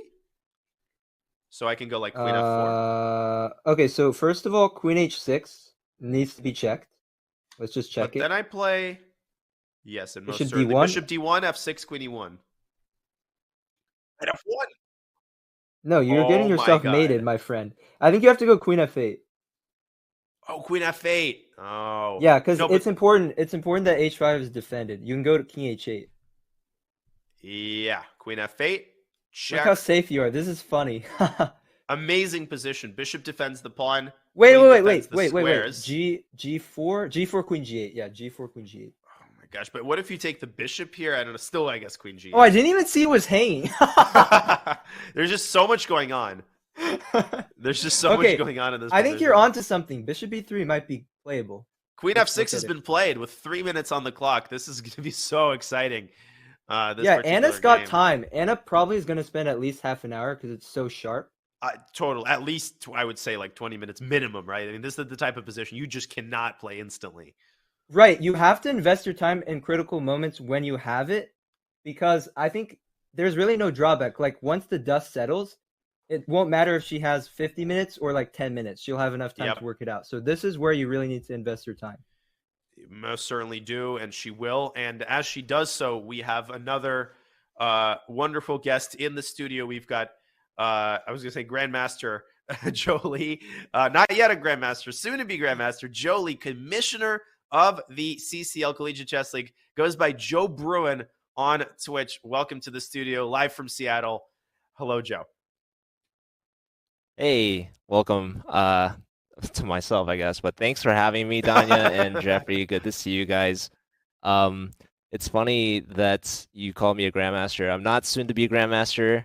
At least not in the foreseeable future, but I would love to get my rating up to National Master maybe one day. I play a lot in Vegas, and I mentioned that because I actually met Antipov for the first time last week in Vegas. He was playing the North American Open along with some of his teammates and a lot of the players from Texas Tech, actually, which was really cool. And now I'm meeting like a ton more players here. I actually met Anna Sargsyan from Webster here, who also played in the CCL last season, and I'm just blown away by how many college chess players are here. This is the first major college chess event that I've ever attended, so yeah, it's awesome. I wish you guys could like see the venue here. Maybe we can fly you out next year. So what I want is for someone to take a camera and go around the hotel. Yeah, let's see a glimpse of it. Maybe we'll work that out another time. First of all, Joe, it is a pleasure having you be able to not only cover the venue on site, but also what you do for collegiate chess. It's fantastic. It is really great. Just the showing the spotlight on collegiate chess. I guess my question for you was, I believe you attended UCLA. Did you ever play in a Pan Am yourself? That's a great question. I actually did not play in Pan Ams. Actually, when I was a student, I didn't even know that Pan Ams existed. And when I learned about it, I thought that was really cool because I had been looking for college chess events. And when I found out it was too expensive to attend, you have to travel. It's in person, of course. And At the time, they didn't have an under section either. It was just one big open section. And as you guys have been covering these like top GM teams, it's pretty much impossible for any other chess club that doesn't have like a sponsorship team to really have a legitimate chance at competing at the top. So it was too expensive. And once you got there, you would get completely crushed by all these other teams. And it just seemed like not the best college chess experience. What's really cool though about it is that, you know, it is in person and it's so cool to like meet everyone and to compete, especially for these top teams that have a lot at stake to make it to the Final Four. But a lot of those reasons why I couldn't go to Pan Am's led me to create the Collegiate Chess League, which is completely free to play. It's all online on chess.com. And we were able to grow the league to a huge amount. Just last school year, we had over 100 teams compete, over 200, actually it was over 100 schools. Whoa. And over 220 teams from over a dozen countries, actually, which was just incredible to be able to do that in such a short amount of time. Wow. So it's open to universities across the world. Mm-hmm. Incredible. So we wanted to remind you that you don't want to miss your chance to register. There's still time to register for the CCL. Just type !CCL in the chat for more. If you're a college student looking to bring your school onto the scene, you've got the perfect opportunity to do that. Joe, what was the chess ecosystem like at UCLA? I was very disappointed when I came into Stanford with the lack of sort of any chess activity, you know, despite what one might think, Silicon Valley, but there was almost nothing. What was it like at UCLA, and you know, what was your experience with chess in college? So I had just started playing chess in high school, and so when I went to UCLA, I was like, I definitely got to check out the chess club, and it was the first club that I joined right away, immediately. And they had a club, which was great, and I would go every week or even twice a week and just play casually. So for them to have that there was awesome. They have a whole room at the gym, as well as some storage for all their chess sets, which was great. They were definitely lacking in like these competitive events. We played at US Amateur Team West, which I don't know if you've ever played in one of those, Danya. I feel like you probably have before. Okay. Yeah. Once. We played in that. And that was my first ever like team event, which was really cool and exciting. And I was hoping we could play against the USC because that's our rivals, but they didn't go, unfortunately. But that also was a huge inspiring moment for me to take it upon myself to start organizing these competitive events. And being at UCLA was a blast because there's a ton of colleges in LA. We would do tournaments in person there. And I actually met Coffee Chess in LA. They're a group of creators in LA that they do a lot of chess hustling videos. They've posted a couple recently with Danny Wrench, who was there for the chess boxing event in LA. They've posted with Hikaru, who's visited them. They actually posted about Botez at one point, which is actually how I found out about the Botez sisters, and that led me to watch chess on Twitch, which ultimately inspired me to start streaming, which is really cool to think that like that was able to become a reality because I was in LA. So huge props to UCLA for their chess club. Without that, I wouldn't be here. Which is crazy to think about. I don't know what I'd be doing, but I'm so happy to be part of this community and to be able to organize college chess events and maybe create brighter futures for all these players because of these events. Well, that's a very noble aim, and you're doing a fantastic job of it. Joe, final question before we let you go. We've talked about the CCL, which is now which season is this going to be? This is our upcoming spring season's season 6. Season 6. So it's been on the scene for a while. Would you say that there's a correlation between the teams that tend to win the CCL and the teams that you see succeeding at the Pan Ams? I think that's a great question.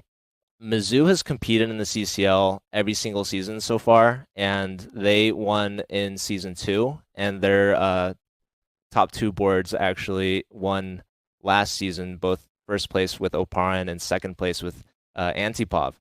So I don't think Mizzou's actually ever won Pan Ams. Maybe this is going to be their year. And if they do, then I think that the answer to your question would be yes, there would be a correlation. I know we had their coach on. Happy birthday to him, by the way, Christian. And we also had the coach from Utrgv who actually won the last team season in season 4. So I know they've definitely had some success here. So yeah, I think that the best college chess teams do really well in both events. Well, Joe, thank you for everything that you do for college chess. We will be watching the CCL. And once again, you still have time to register if you're a college student. Exclaim CCL in the chat. You've got a week. Joe, we'll let you enjoy the games and the matches. Thank you so much for popping in. Sorry, just I don't have a question for Joe. I just want to tell everybody in chat, first of all, mods, please shout out Joe Bruin on Twitch. Joe Bruin, he works very hard, covers the collegiate chess, does a phenomenal job. Go follow Joe. He also helped me set up my stream, so that means a lot to me. Thank you so much, Joe Bruin. Pleasure's all mine, Jeffrey. Thank you so much. One quick thing, we got CCL merch, so check that out if you want it. We're giving it for free actually here at the venue, and we'll be selling it online soon. Fantastic. All right. Thank you, Joe. Have a good rest of the evening. We'll see you around. Okay. In the meantime, some bad news for oh my Webster goodness. Anna, she rushed it. Well, to be fair, Bishop B3 was difficult. I think she will see Rook fake Queen G6 and it should be a draw, right? No, but Queen G6 already. Well, yeah. If you're saying she sees it and she goes Queen C1. Yes. Apparently, the best move is actually King back to G8. That's the only way to retain minuscule winning chances. But I would not touch that with a 10-foot call. Because if Queen takes H6, there's Queen C5 check. Rook E3, and then I guess no, but that's still a draw. I think. Probably. Yes, it should be. Yeah, I don't think you can escape the perpetual there, Queen G5. But if I'm Anna at this point, I think you have to bail out with Queen C1, Queen F4. I think that's the most prudent option. Yeah, it's not good for the team situation because it would be 2-1. Can we just quickly let's at least look at the Harshit game? Oh, for sure. It's a huge game because if Anna draws this, then Anna Maria Marjanovic is in a must-win situation for Webster B to save the match, and it is looking miserable for the women's grandmaster from Hungary. I mean, Black's position is falling apart here. Oh yeah, I mean, currently Black is up a pawn. However, White can get it back with knight takes a5 and get it back with insurance. Or no, sorry, with interest, as you say. Get it back with interest. After Queen C7, there's E6, nasty little fossil. Meanwhile, I mean, there's just not much Black can do here. And speaking of fossilizing Juicer wrote to Diag. I mean, you could play after Queen E7, knight takes A5, knight B6. Just among the menu options is just the move E6. Oh just my! Crunch. FB6, and you can play Bishop D6, but Queen G6 is. I mean, just look at this. No, this is resigns. I'd rather resign than look at this. Yeah.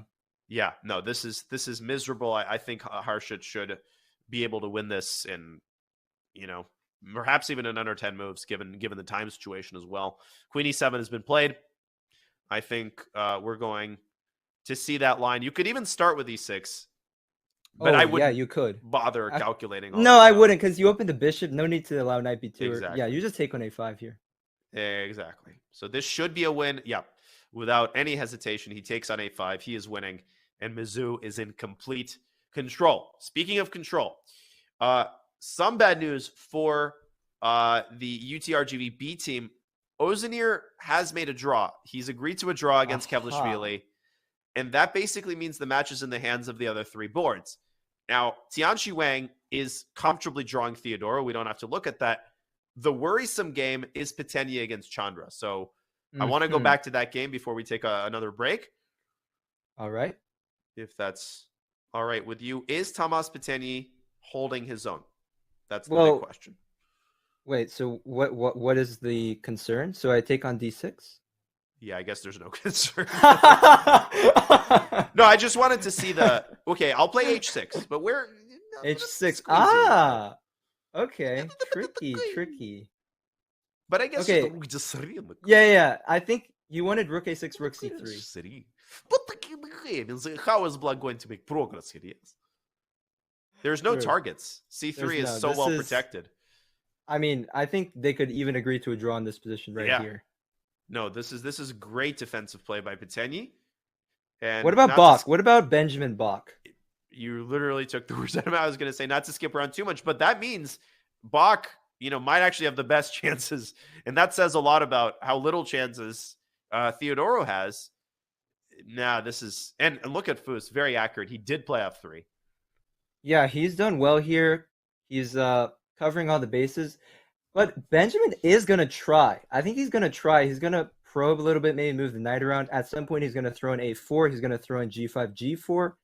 So there could be some things. But yeah, I'm really impressed with the solid play of Utrgv. Yeah, me too.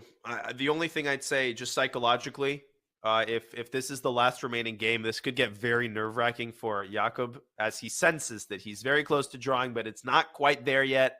He has to keep his composure and, if possible, keep that time advantage that he still has.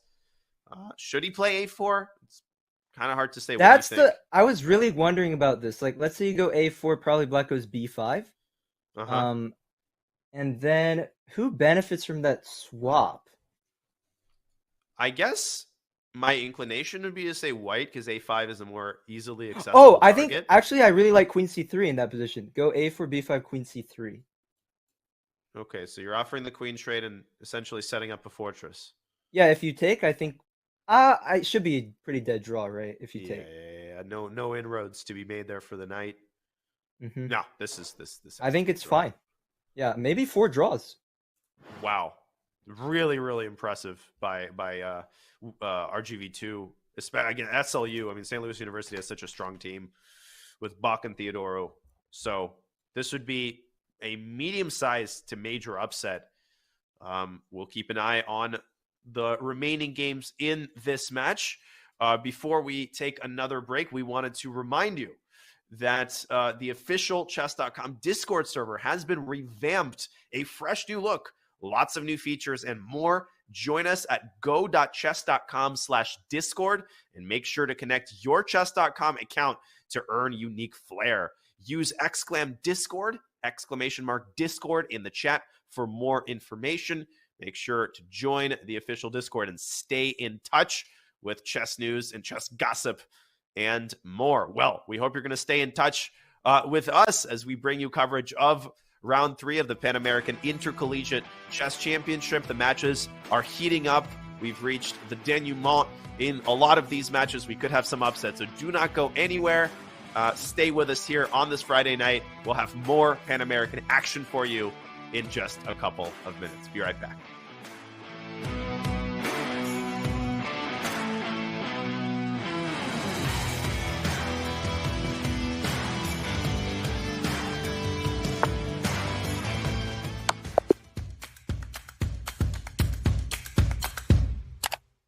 Just played an exciting game and want to see if you got a brilliancy? Or maybe where you could have improved? Chess.com's game review is just a click away. Game review is a fast, fun, and instructive guided review of your games. See your accuracy and your opponent's accuracy. Check out the eval graph for an instant overview and scroll down to see how many great moves, best moves, blunders, and yes, brilliancies you have played. Learn from Chess.com's coach who gives move explanations, opening statistics, and shows you the best lines of play. With retry mistakes, you can get another shot at finding missed opportunities. Try Game Review today on web, iOS, or Android.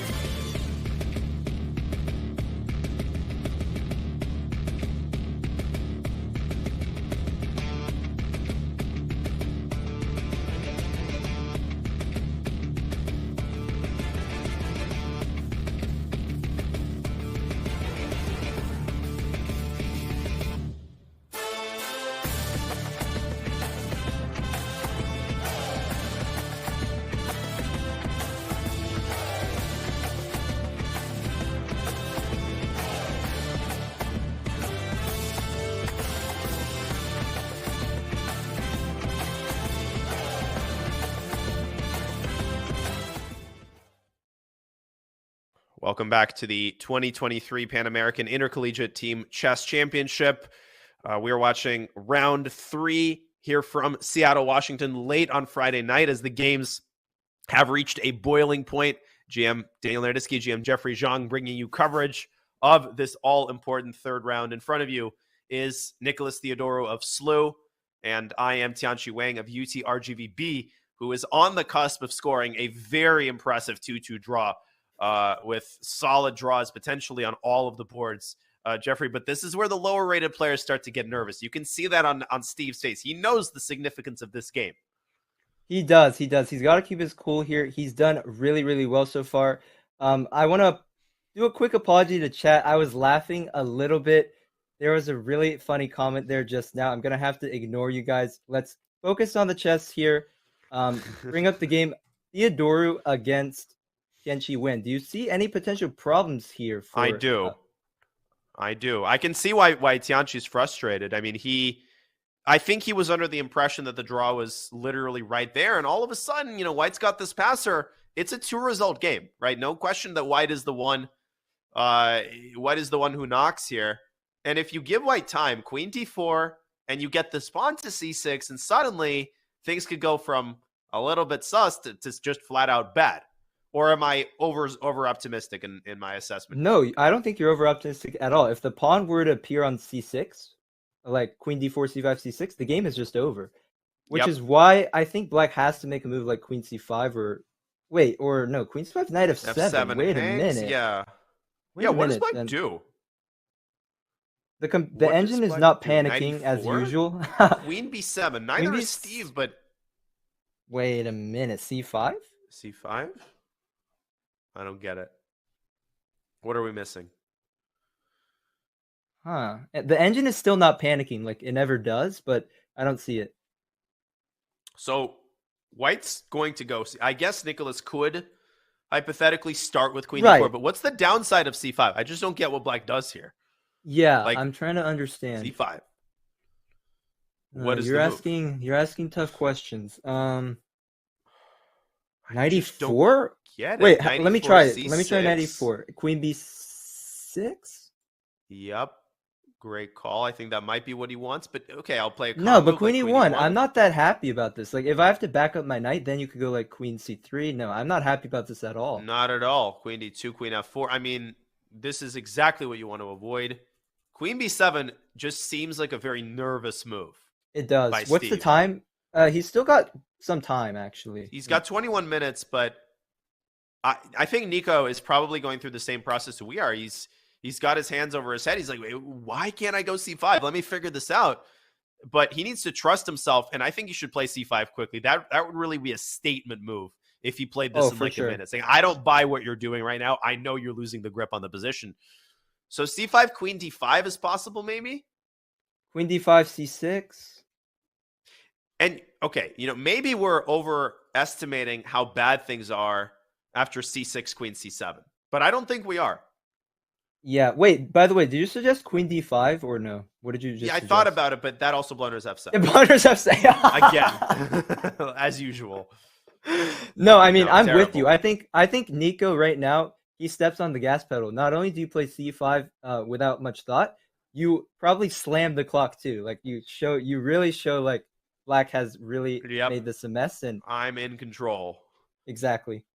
What a disappointing loss this would be, because I'm looking at the other two board. We're not going to go to them because Pateni is like, it's a dead draw, and Jakob Fuss is doing everything right as well. So it's really going to come down to this. This is going to be a fascinating endgame. Steve is going to have to hold this if he wants to secure that upset draw. But it's looking increasingly like he might be losing the thread. Yeah. Do you think we could look at a fan favorite? I don't know if his game is here, but a fan favorite, my good friend Awonder Liang. Yes, his game is covered. He's top board on University of Chicago, which we have not looked at yet. We can definitely look at his game.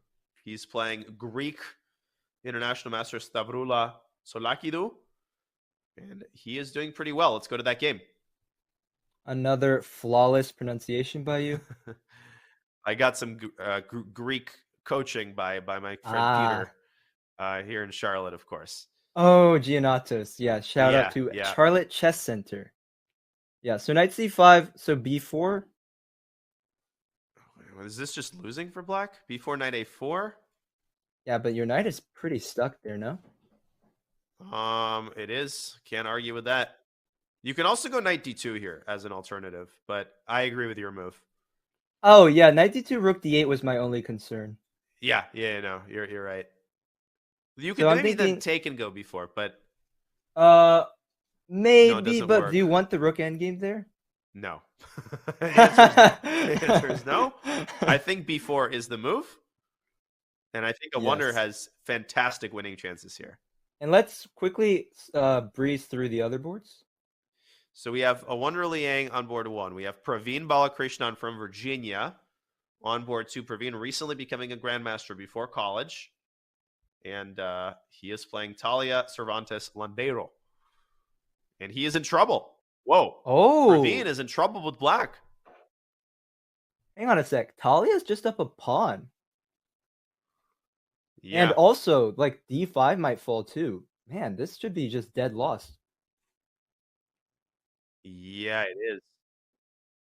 But how exactly does she cause black's position to go? Also, Praveen has a minute for the rest of the game. But what does white do? Rook c5 or? A rook c5 looked good. You might consider an h4 move, maybe. You can also play it slow. Like, there's plenty of good options on the table.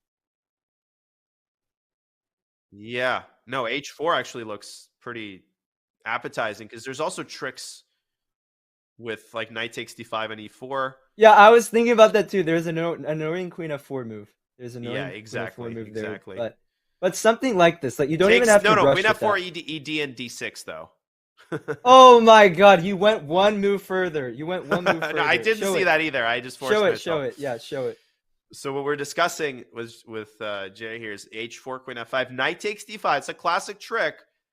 And apparently it's not that good. Maybe there's some bishop d4, whatever. But the point is if queen f4 takes d6, and we recover the rook. And if you don't take the pawn, then it decides the game with d7. If you do take the pawn, then you end up an exchange down. This is probably the lesser evil for black, but this is unnecessary. It's unnecessary. Yeah, even you win the exchange is unnecessary. Like you're in such a dominating position. The pawns on e3, d4, basically like enclose the black bishop. And I want you to talk to our viewers a little bit about seeing like a nice tactic and getting obsessed with it, when in fact you should just sit on your positional laurels. Talk to chat about I don't ever do that, of course. No. And this has been a weakness of mine for a long time.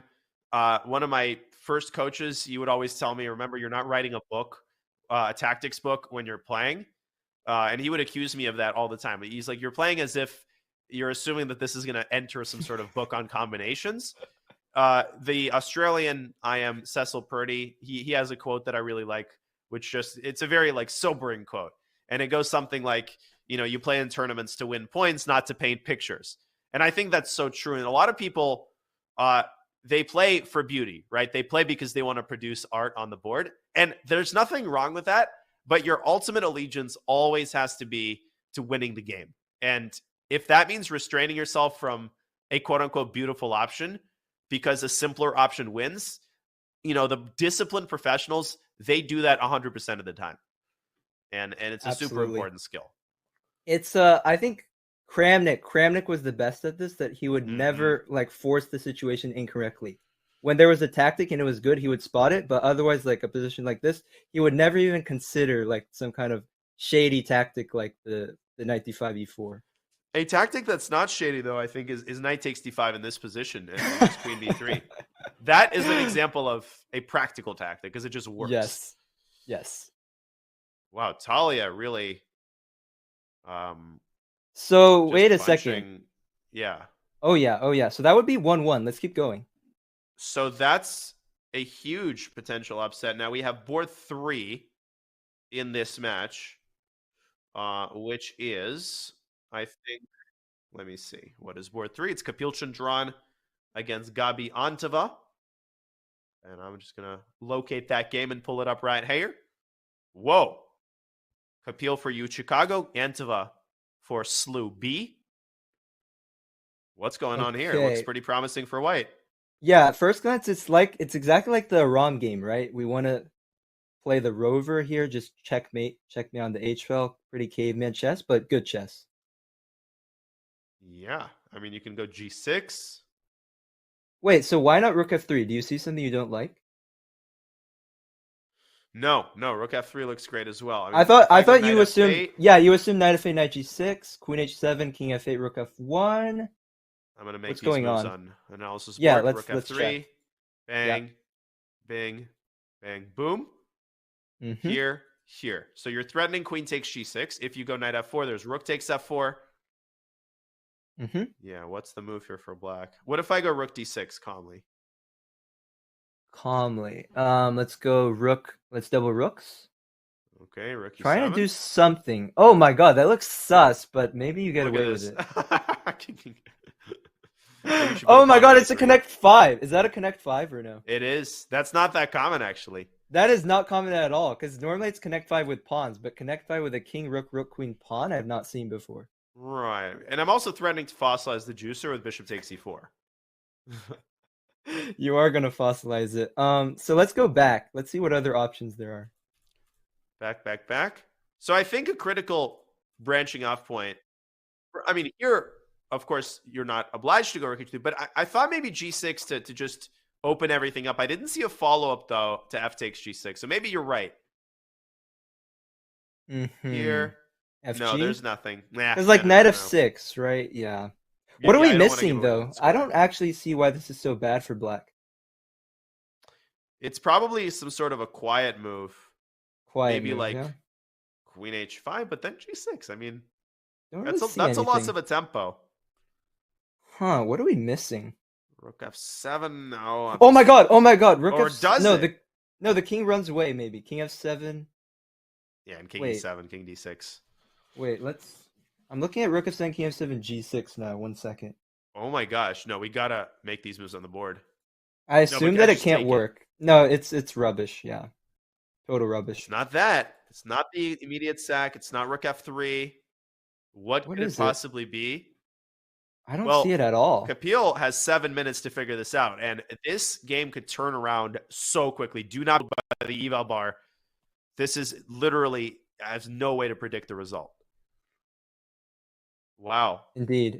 What an yeah. interesting match. But and hang to see on, I'm Utrgv sorry, still but be. Yeah. my curiosity is too strong here. I need to see. What is the move? It is You Queen switch- H5. Is it? So It is. provoking G6. And just back to H4. Oh, and now Rook F7 oh is my the threat.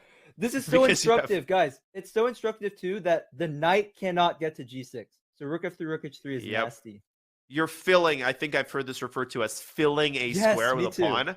Same. Because after Knight F8, okay, now you can't sack on F7, but you can go Rook F3, and Rook H3 is such a much more devastating threat now that Knight G6 is impossible. Great highlight there by you. Wow. Just provoking a move and going back cold-bloodedly. Jesus. Exactly. Okay, Jesus. and finally on board 4. That game isn't being transmitted. We've got Magzinski against women's FM Karen Hoshino. Oh, So we okay. will bring you the result when it becomes available. But that game isn't live. I do want to circle back for a second to Yes. our top match Yes. between Webster and Princeton. Board 4 has really heated up. That's the Masick Burke game where Sam Masick was holding his own. If we could go back to that game, it does look like things are spiraling out of control for Sam, but I'm not totally sure. Right. I mean, John has somehow found a way to open up the queen side. Can we see how he did it? Because it was totally locked up. Sure. Let's rewind about 10 moves. Back to move 30 we go. I'm going to go really quickly here, so buckle up. Uh-huh. Oh, that's how he did it. He went B5. Whoa! Nice idea here. What a move. So I guess And he just sacks the pawn and bang. Classic idea. That's such a classic. Just bang, bang, bang. And you know why this works? The reason why it works is because White probably misplaced his knight on H3. Like he was trying to get it around to G5. But the issue was if you go back to A4, the moment with A4, notice how the bishop on E6 is attacking on H3. So you can't play like a move Rook A1 or whatever to get your rook into play. Hell's bells. That knight is the worst on the worst square it could possibly be. And that's what happens when you fall asleep in closed positions. You miss that opportunity to open it up. And look at this exquisite maneuvering play by Burke. Beautiful. Bishop to b6, rook to a8. He wins back the second pawn, and the bishops are ravaging the queen side. But where's the crushing blow? Bishop d3, obviously, there's king b2 counterattacking the rook. So white doesn't lose on the spot here. First of all, props on the word ravaging. Thank you. Second of all, maybe you get the king involved here. What about king c6? King c6, king c5? Yeah, and the bishop defends e6 there. Yeah, you know, I thought I blundered mate. I thought yeah. We were thinking the same thing. No, king c6 looks lucky. fantastic. Great call. Yeah, king c6, what do you think? King c6? I think this is a super mature move because you're not doing anything extreme. You're just tightening the screws. Yeah, because there's nothing concrete. Like rook a2, rook b2, bishop d3, king b2. Bishops were well placed. Rook was well placed. So that's why I just wanted to improve my worst placed piece and get the king involved. And once the knight leaves d5, now you're dealing with like mate threats, you know, and bishop d3 becomes. I mean, this is. I don't see Sam holding this if he goes king c6. If John goes king c6. And I think he'll find it. Painful game there. And it's painful because Andrew, I think, is holding a draw against Benjamin Gladura on the top board. And Daniel Gurevich, I didn't say Dimitri this time, is also, I think, doing a great job on board 2. Let's take a look at that game. This is board 2 of our top match between Webster and Princeton. I think Daniel Gurevich is closer than he's been in a while to making a draw here. I totally agree with you. So what is the pawn count? He's got a bishop and a pawn for a rook. But the knight on c5 is very strong, tying down the rook on a8. If black were to take on c5, white would take with a d pawn and then put the bishop on d4. So meanwhile, king f1 is a threat. I actually prefer white in this position. Yeah. Listen, if Aram knows what's good for him, you know, given the board 4 situation, he might actually want to just hold and not do anything here. You really can't do anything. But how do you hold this? You're saying white's firmly I think white's playing better. for a win. I think so. Incredible. He is down to 2 minutes, though. That's a pretty big problem. Okay, question. So let's say I wait. I go rook c8. Rook c8. I mean, let's go king f1. Okay, I'll go rook h8. Okay. So you're willing to give me the g pawn for what? For what? Well, I thought.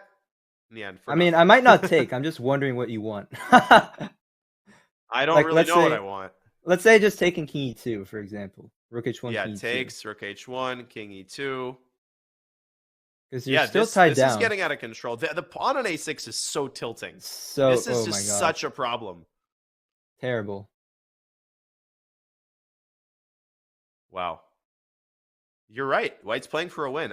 The more I look at this, the more I begin to see the wisdom of those words.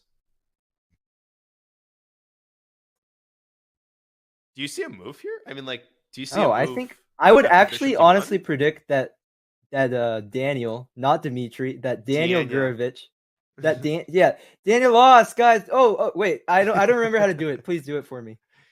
Oh, Daniel lost? Daniel lost. Nothing better than that. But nothing better than Daniel Gurevich getting back from the dead. And if he wins this game, then board 3 suddenly becomes super important. That's Quezada against Turgut. We haven't looked at that in a while. Let's go to that game because Quezada basically needs to win now if he wants to guarantee a victory for the favorites. Oh, yeah, he does. Let's see. And it looks promising for him. It looks very, very promising. Aiden has a minute, and he's got a collapsing position, although... Maybe it's concrete. The crushing blow? Yeah, let's calculate something, because black's knight on d7 does control vital squares. So I'll tell you... Yeah, go ahead. No, you go. Ahead. No, you... No, you. I was going to say... Oh. My intuition was rookie 1. That's literally all I was gonna say. Okay. I was gonna say that I was afraid black's once black gets knight f5 that they could cover the key squares. Yeah, no, you're right. Which is why I was trying to get my rook around to eat. But you're saying even if I do that, it's not necessarily that impressive. Right. Let's say rookie 1 knight f5. Where is your follow up? Okay, let's think for a second. Rookie 1 knight f5. Knight h6 check is not so impressive. Huh. So maybe I it's don't- worth taking first and then going rook e1. Oh, I think that's it. Although queen d6. Okay, now we got to pull up the board. Analysis Yes. board, please. Takes, rook e1, queen d. This is so Oh, juicy wait, for rook white. b7, rook b7. Oh, this is so juicy. Oh. Rook b7. Woo. Oh. Get out. Rook d7, knight f6. How about them apples? Yeah, exactly. You're doing the right thing. This is what you're doing if you have this with white. This Yes. is exactly what you're doing if you have this with white. No, I this think is it's over. busted. Yeah, it's busted. It's busto, I heard you say once. Totally busto. And the minute on the clock doesn't help your cause. No, not at all. Okay, so they're gonna win this game in board 4. Yeah, they're going to win this game. So let's take stock. That means Quezada is going to win. And board 4 is Masick against Burke, which is very likely going to be a win for Burke. I think it should be good for Webster still. Yeah. So unless Gladura loses the game, which is extremely unlikely, the end game seems pretty balanced. It does appear that Webster is knocking on the door of victory. Even if Akobian Yes. loses. Even if he loses, right. Okay, so let's quickly recap very fast. The match between Missouri is basically over. I think, should we go back to the Theodoro game? Where do you think we should go? Yeah, well, that seems to be like our biggest undecided match right now. Slew against Utrgv2. By the way, knight takes d4 has been played by Quezada, so he's going to seal this one up with rook e1. Let's go to the Theodoro game because Nicholas has not played c5. And this is developing into the biggest narrative, perhaps, of today. Can Steve Wang, Tianqi Wang, no, I butchered it again. Can he hold this slightly worse endgame for black? It looks actually better. So wait a second. Why didn't he play c5? I just Exactly. don't get it. My question exactly. What were we missing? I mean, queen b7, you've gotten the golden opportunity, and c6 comes with tempo. Like, come on, Nicholas. Criari. Yeah. I don't understand for the life. Instead, he went queen centralizing, and he went g3, but is this really necessary? Does this even actually improve your position that much? I mean, Nicholas is a good friend of both of us, so I can say that I have no clue what he's doing. You know what he might have missed? Knight takes g6, queen f3 is a key. Oh, intermezzo. that is very important. Yes, very, very important. I think he might have missed that because without it, black is pinned. You're permanently. right. I think you're absolutely right. Yeah, just show it briefly. Knight g6, queen f3. Yeah. Knight e7, king f8, and you're hitting the knight, you're hitting the pawn, and black is in the driver's seat suddenly. So, live board. And Nicholas has 7 minutes now. He's the one who has to watch his clock all of a sudden. No, he might not be able to win this after all. Yeah, now, can he still go c5? Is it worth going c5 still? Probably you have to. I still don't understand why he didn't do it the first time though. It's probably a worse version now because he played g3, which weakens his king. Yep. So I'm guessing you still try it, but I don't believe it as much. Queen d5, queen c5, and knight e4 looks like a Exactly, very nasty yeah. source of why. I mean, this old g3 enterprise by Nicholas was self-destructive to his winning chances. Totally bizarre. Can we pull up the engine? Because I want some validation. So c5 in that position.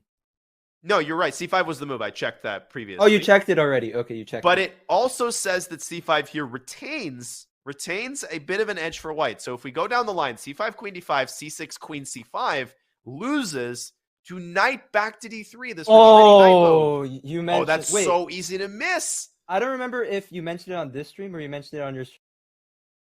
But in any case, retreating knight moves so easy to miss, and this one is no exception. The hardest moves in chess, and black has to give up the knight after queen e7, c7, deflection. Knight's undefended. That means that Steve would have to find the computer move h4, allowing c7. No way he finds that if he goes queen d5. No shot. I would be surprised if Magnus found this move. So the move here apparently is the very calm knight d6. And the engine just says, listen, you've got the blockade. White can't really make progress. Hmm. Okay, Nicholas, queen d4 played. Yeah, he's not been doing much. Like, he might still find a way to trick him. Maybe he's just playing a little waiting game, trying to wait for Steve to get low on time, and then he'll start something. But yeah, right now it looks like a draw. It does indeed. I mean, Steve could continue shuffling between G7 and G8, which he's very likely to do. And I think he reached for his pen, but wait, he didn't actually make a move. Oh, okay. Okay, more updates. Jay Pateni Yes. drew Chandra, and Yakufus has drawn Benjamin Buck. So it is official. This is the last game in one of our top matches. This is fascinating stuff. Can Tian Chuang complete the upset? Yeah, that would be incredible. Olympiad 4 draws is commonplace, maybe, but in the Pan Ams with collegiate players, I think less common. So 4 draws would be a very interesting result here. It would indeed. And Kevlishvili, of course, also drew that. Will update very shortly. The score is 1.5, 1.5. Oh, I am not envious of either of them, really. The pressure is on officially. It is, yeah. I mean, talk about your experiences in a 1.5, 1.5 match. So that the match with Armenia that I mentioned, that was 1.5, 1.5. All my teammates had already finished, so I was literally the last game remaining. And then the same thing happened the next day. We were playing Russia, and we were down. Back. Oh we my were God, down you bounced 2-1. I had to win, and I managed to convert. It was my first Super GM win. Amazing. So and that was a great feeling. I think we can thank Onishik for the great stories he told in the dinner before. Yes. No, for sure. He inspired me to realize that it's not the end of the world. Now, speaking of the end of the world, the match between Mizzou and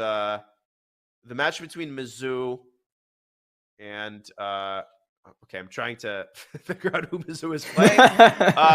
Mizzou's opponents. There's a game between Harshit Raja and Anna Maria Marjanovic that has taken a turn. Wait a minute. What is going on? The bishop on b2 is actually covering the diagonal. Yeah, it is. What has Harshit Raja done? Wait a second. Okay, first of all, go back. Like, was there any need for this? No.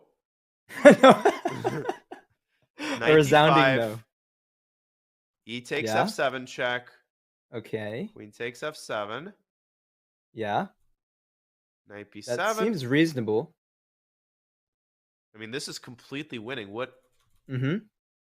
Yeah. And he sacked. Okay, he went bishop c4, allowing queen e6, which might have been inaccurate. It appears that bishop d3 was better. But anyways.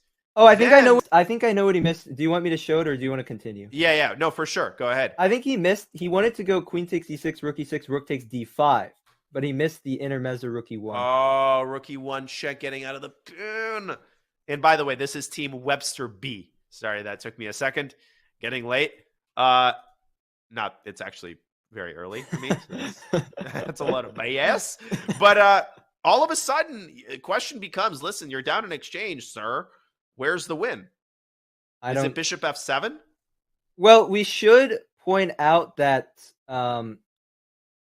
he only needs a draw. So at the end of the day, I mean, 3-1 versus 2.5. The players shouldn't care about their own rating. They should only care about the team result. So if he can secure a draw here, all is well. So bishop f7, I think, will do just that. Yes. Because I think black is forced to sack the exchange back with rook. Oh, and you're never, Otherwise, ever at risk. mated. Yeah. In fact, you probably just play it on anyway, because as long as you don't lose, you might as well try to win.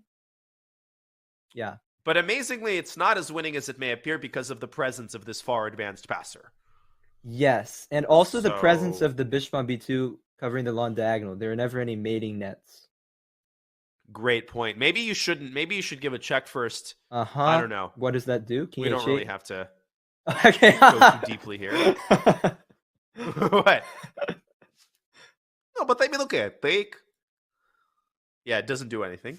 Doesn't do anything. Yeah, it's so tilting that the pawn is protected. Right. Otherwise, queen g4 would be clever. Exactly. We just win the pawn and win the game. I think this game, I will not be surprised if I think it's just going to be a draw. No, I think he might as well take the draw, just go home early, celebrate with the team, and come back tomorrow. Yeah, but he's not going to do that. He's going to go for a win, I think. I don't think he can.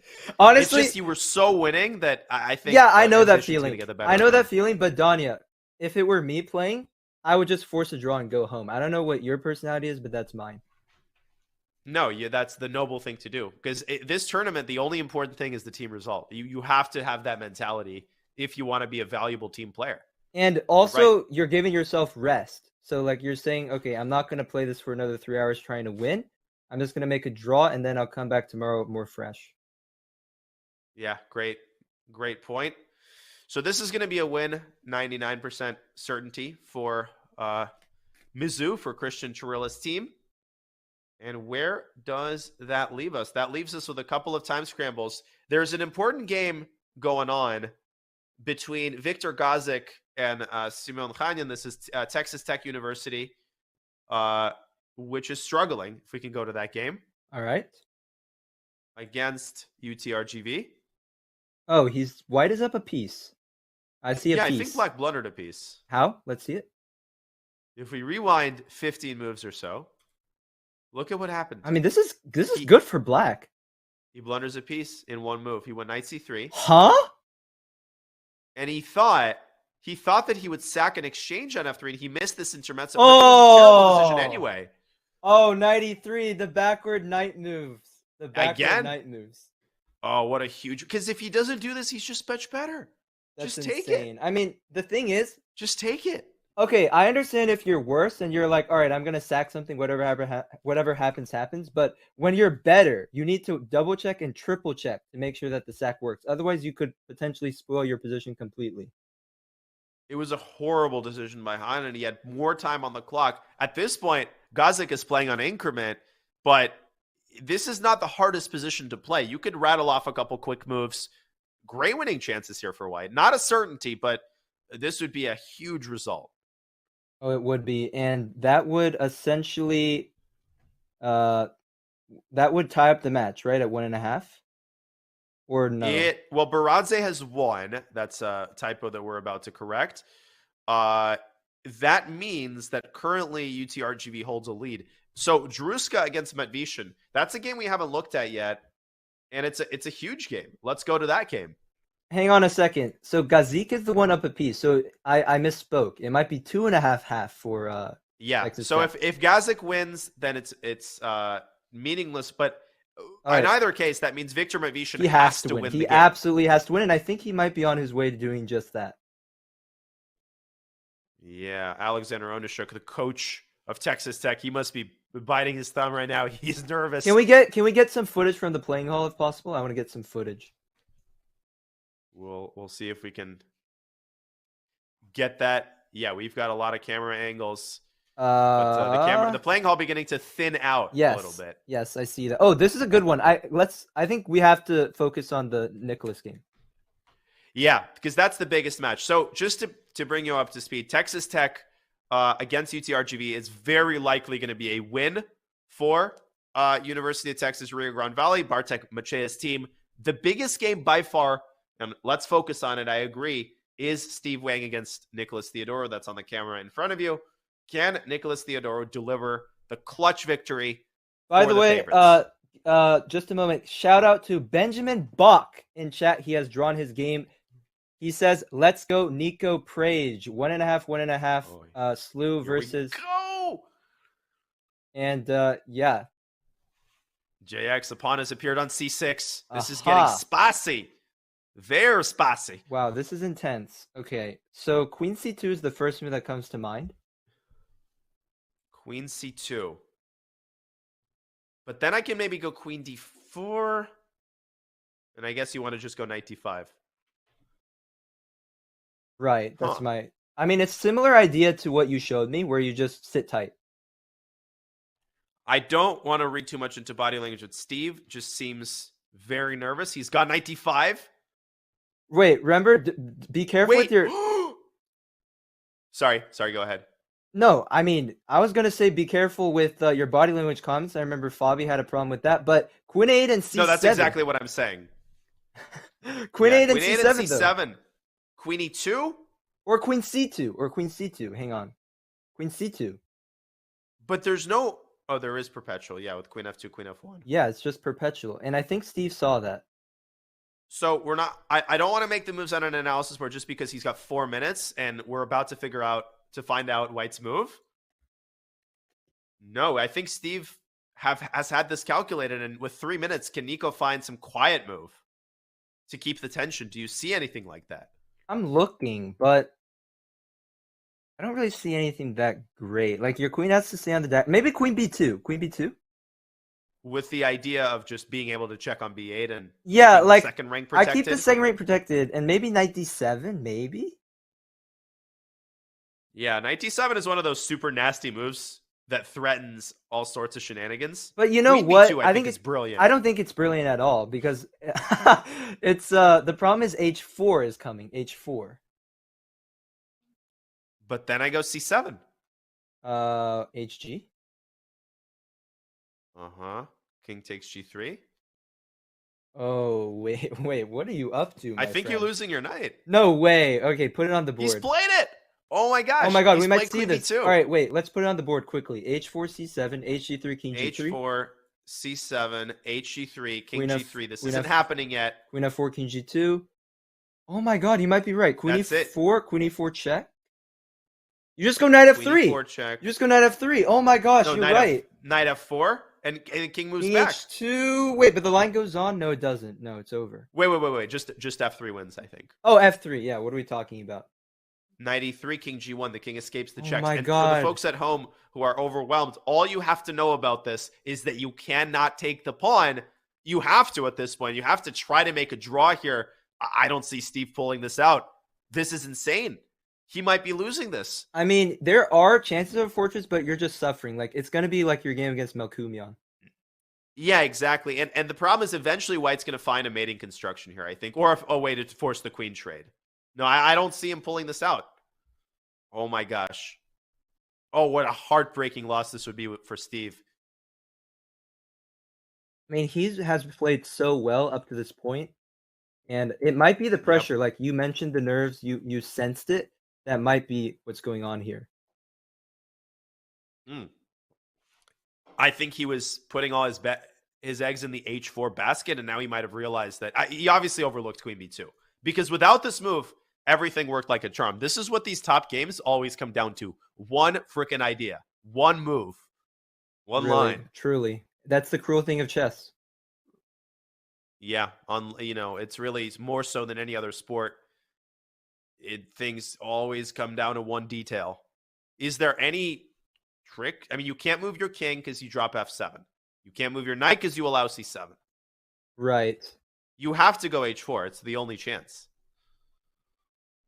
I think so, Queen but F5? I mean, it's forced. It's all forced, though.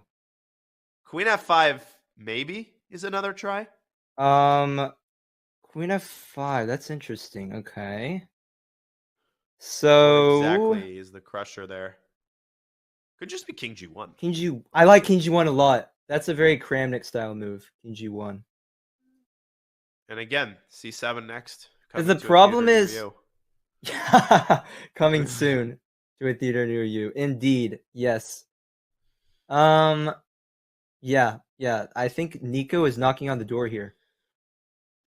Textbook endgame, honestly. Just the power of the passed pawn, the power of the knight and queen combo to keep all the bases covered and fulfill defensive and attacking duties simultaneously. Steve is down to 8 minutes. Clock is ticking. Position is going down the toilet here. Amazing. What an amazing win this will be for Nicholas Theodorou. And queen b2. And this is what these top teams are made of. Yeah, absolutely. And queen b2, I just want to give like a huge props to Nico for finding that. That is not an easy move. In time pressure. I think it's the blitz. It's the blitz sessions with you that's paying off. Hey, he's had blitz sessions with a lot more impressive people. Honestly, I think he's a very impressive player, and so unique in his approach to the game. Very versatile. He plays a ton of different stuff. He can play both positionally and wild positions equally impressively. Huge asset to St. Louis University. Totally. And what else is going on? Let's just, as Steve thinks here, let's just quickly browse what else is happening. Yeah, I'm kind of looking there. There's the Daniel Gurevich game, which is exploding right now. Oh my gosh. Unieski Quezada, that is the Webster Princeton match. Quezada has won his game. Oh, we go. called it. We called it. First Quesada, maybe just to show, we absolutely called it. No, Rook B7. Yeah, it was the same line we were analyzing. Basically the same I think line. we should go directly. All to right, the let's go Gurvich game, 'cause directly it's there. Exploding. Let's go. And we will look at Andrew Tang's game as well. Oh my This goodness. pushes Princeton to the wall. Gurvich basically has to win this game, and I think he's losing the thread. Completely. Bishop F2 is forced, and then Bishop takes Bishop B4. B4. I mean, Ah. I was mistaken here. I thought that it was looking up for white, but something went wrong. Something went wrong. I think his clock is what went wrong. He had a minute for the rest of the game on move like 25. Like I said about, I'm gonna say the same thing about Nico. It's the blitz sessions with you that are paying off for Aram. Yeah, Aram. Speaking of impressive blitz players, He always that farms guy's me. insane. He always farms me. He always farms me too. Welcome to the club. And John Michael Burke is going to win his game as well, as if they needed it, which they at this point really don't. 3-1. It's gonna be 3-1 But- Webster. It's going to be, well, that depends on Andrew Tang's result against Gladura. It could be 3.5. Oh, 3.5. It could be 3.5. No, it should be 3.5 actually. It looks like Gladura and Tang are going to draw. Yeah. So the likeliest result is going to be a 3.5 half win for the tournament favorites. Webster is just brutally strong. Oh man, and they are looking for vengeance. I spoke to Liam. He was last year when they came up short. I think they finished second besides Lou. He was extremely disappointed. So they really want redemption from that, and it's showing. And we want to remind you that the top 4 team finishers in this tournament qualified to the Final Four, also known as the President's Cup, which will be contested in a couple of months. So you're trying to make it to the top 4 spots, and you really cannot afford getting upset this early in the tournament if you're one of the top teams. So good stuff there by Webster. And Danya, I'm just wondering, because I haven't asked yet, do you have any experience in the Pan Ams?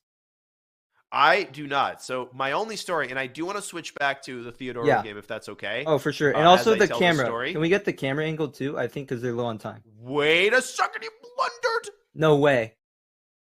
Nico blundered. He didn't play C7. He missed C7? I thought that was his whole concept. He missed C7 in this position. He probably forgot that he could take on Oh G3 my. with the king. I jinxed He him. played instead Knight G4, allowing Steve to No, put the queen no, that's behind not the going to get pawn. it done. This is a draw. This is a draw. You have Oh to repeat. my lands. Oh man, Unbelievable. I think, guys, let's blame it on Benjamin in chat, guys. Let's blame it on Benjamin for coming in and jinxing him. No, but this is crazy. I mean, I can see why you would miss king takes G3, though. You often just assume that the recapture with a pawn is forced, but you got to see that if you're Nico. You did the hard work. You found queen B2, and then you swam 99% of the way to the island, and then you turn back around. Wow. Oh, man.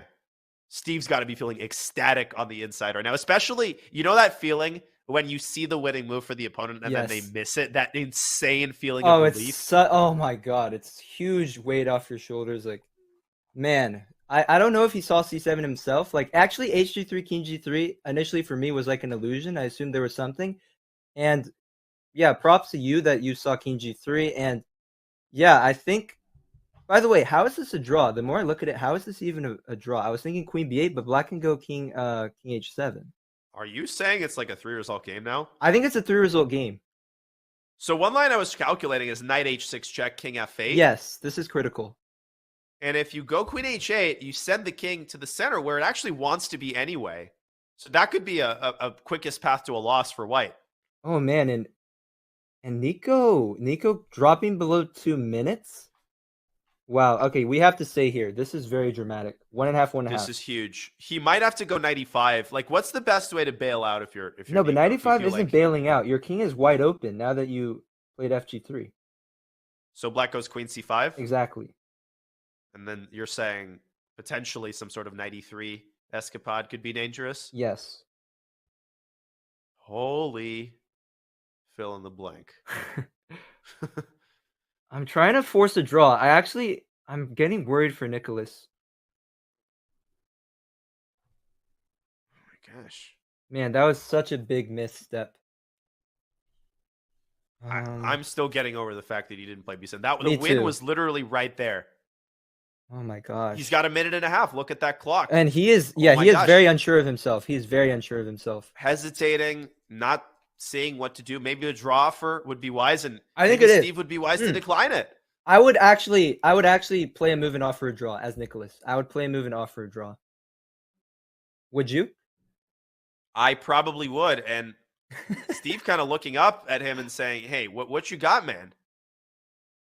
Oh my gosh. Wow. Down to 50 seconds. Oh my gosh. Goes Nicholas's clock. He's got to move. Oh, he's shaking his head. No time addition. That's the rest of the game. He's got the 30-second increment, but that's it. All right. Queen. He's F2. Oh, Queen. Oh, Queen 6, Queen F7. Oh. What a move. That's the way to bail out. Wow. That's the way to bail out. How did he pulled that one? I mean, he really pulled that one out of like thin air. And that speaks a lot about his composure, right? Because he didn't just panic. He finds the clinic. And I don't think Steve can avoid this. I don't Queen think F7 so. is literally a threat. And Knight H6. Yeah, great point. No, I think he you have to take take on the draw. C6. It's going to be 4 draws. What a result for Utrgv. Hang on. Wait. Sorry. Let's not call it F5 95. Yeah, okay. F5 95. No. And you win the pawn. You win G6. Yeah, it's a draw. Steve is going to take his time because he sees that Queen C6 is an immediate draw. So he's going to check all his bases, but we know how this game is going to end at this point. I think so. And do we have any other close matches?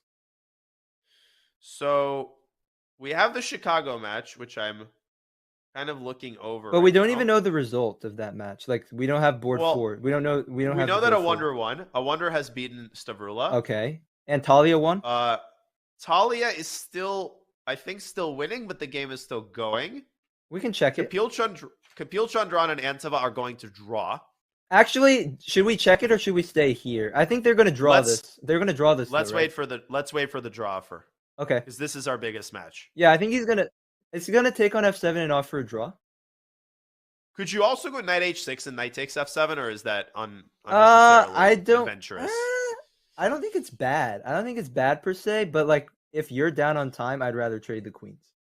Yes, with 50 seconds, I think you've had enough adventures. If you're Nico, who's going to offer the draw? By the way, I know a very clever trick. You offer a draw when the opponent has only one legal move. Very clever trick. So you go Queen takes F7, you offer a draw. That's a great point because you're like forcing them to think about it. Exactly. This is brilliant. You know this trick, Steve, yeah? I've done it before, but I've never like verbalized it to myself. Oh, okay. Neither side offering a draw just yet. Yeah, Nicholas wants to see what he can do in this position. I think Black can make a couple moves. A couple, and then they offer a draw. Yeah, just pretend that you're, drawing from a position of strength. Nico has also built up time on his clock, so he doesn't need to go crazy. Yeah. I don't see how anything could possibly happen here. What a match. What a game. How many games are left by estimate? Just a couple. So let me actually count. Of the big games, we've got 2, 3, 4, 5. Something in the order of 8 games are left. And the biggest one is Aram Hakobian has defeated Daniel Gurevich. Mm-hmm. Andrew Tang and Gladura is kind of heating up. We'll get to that game momentarily. Wow, what a statement. Man, what a statement by Webster. 3.5 half. And Harshit Raja, by the way, has drawn the game. He has made the right call. Mm-hmm. Mm-hmm. And there's another result. You can see Andrew and Gladura shaking hands. That game ends in a draw. Huge statement match for Webster. 3.5 half, the final score. Oh, man. Not even close. Yeah. So this is a draw. That's a draw. The highest rated game still remaining is Luka Budisavljevich's game against Nicholas Vitesse. That's the University of Toronto match. Yeah. And what is the match? Which actually is pretty close. Oh, what is the match score? So let's click onto that game as we look at the score sheets being signed. I'm not sure. Let's see if we can pull up our scorecard for that match. Okay. We'll try our best. Wait. Yeah. King B5. So this is Toronto against Yeah. Mizzou B. And the score is? Currently 1-0 in Toronto's favor with Stearman going down. Stearman lost. Yeah, we saw that one already. This endgame, Draw, I think. I think black has the better side of the draw, though. But it looks like Budisavljevic is But- not going to do anything crazy. Probably not, because knight d6 is an issue. Knight d6 is a big issue. Yeah, I agree with you. C6, I mean, no need to go crazy here. Mhm. So that's going to be a draw. It's going to get things into the hands of Tohir Jonova, whose game is being broadcast. Maybe we should click onto that game. It's important for Mizzou B to win that game. It is. Okay, there it is. And survey Time says scramble. Queen G. Survey says No, Queen G3, Rook crazy E3. position. Queen G3, Rook E3, though. I don't think you can do anything. Draw. I think it's draw. I think it's draw too. Which means Salah is the only hope. And what is Salah's first name? Because if it's Nadezhda, as I think it is, that would be a funny pun, because Nadezhda means hope in Russian. Wait. It is Why would that be a Nadezhda. pun? Why would that be a pun? Because I said it's the last hope for Mizzou. For Oh my god, that's brilliant. So I was going to make another pun related to that with Talia Cervantes. Talia means waste, but I couldn't figure out a way to. Oh, you were I didn't want to thinking about waste it. a pun Ah. on that. Waste is in double. That's No, good but enough. waste is in No, as in that's good enough. WAIST though. Okay, I think chat, or not chat, sorry. I think Robert Hess needs to learn to appreciate your puns. Like, your puns are really beautiful. Aw. Honestly, Stop like, making I'm me not just emotional. flattering you. I'm No, honestly, I I'm really serious. appreciate it. Yeah. I think chat will agree So, with folks, we well, thank you. We are going to watch the finish of the Theodoro game. All of the games essentially have concluded by now, and we are Yes. going to wrap up the show after this game ends in a draw. We will bring you a summary of the big results today and the important games. you. And they are I repeating think moves. they are officially repeating moves. Yeah. Yep. 2-2. Oh, they're looking at What each a other. match. Did you see that? They're looking at each other there. Yeah. Steve's like, all right, let's wrap this thing up. Oh, he's still looking at Come him. on, guys. Another look. Shake- Another look there. Shake hands. Look, they're looking at each other. Yeah. There we go. There's a smile. And Nico asking some questions. What is to he Steve. asking? Queen F7, or what is he asking? Why are they laughing? Wait, why are they Steve laughing? should be the one asking Nico yeah. why he didn't play Why didn't C7. he play C7? Yeah. Oh, Incredible. I see Benjamin Box Sag in chat. Yeah. No, Benjamin's got to be tearing his hair out at this point. Great result though. Really solid stuff from Utrgv B. They slew to a draw, the defending champs. Yep. Incredible stuff. 4 draws, solid on all boards, outrated on all boards. And by the way, it's official. Texas Tech University is going to lose to UTRGV-A because Victor Gazik is wrapping things up against Simeon Hanen. So that essentially, folks, wraps up all of our big games. I think it's time, JX, to summarize the results from today and wrap up for the evening. All right. So I'll pass the mic to you to start. I think, yeah, actually, before we do that, I will let you read something important here. Yeah, we wanted to remind you one final time for tonight before we summarize that there is still time to register for the Spring 2023 season of the Collegiate Chess League, the CCL. We had Joe Bruin on. Make sure to register. It's a great event. Over 100 universities. If you are a student and want to represent your school, it's not too late. Sign up now.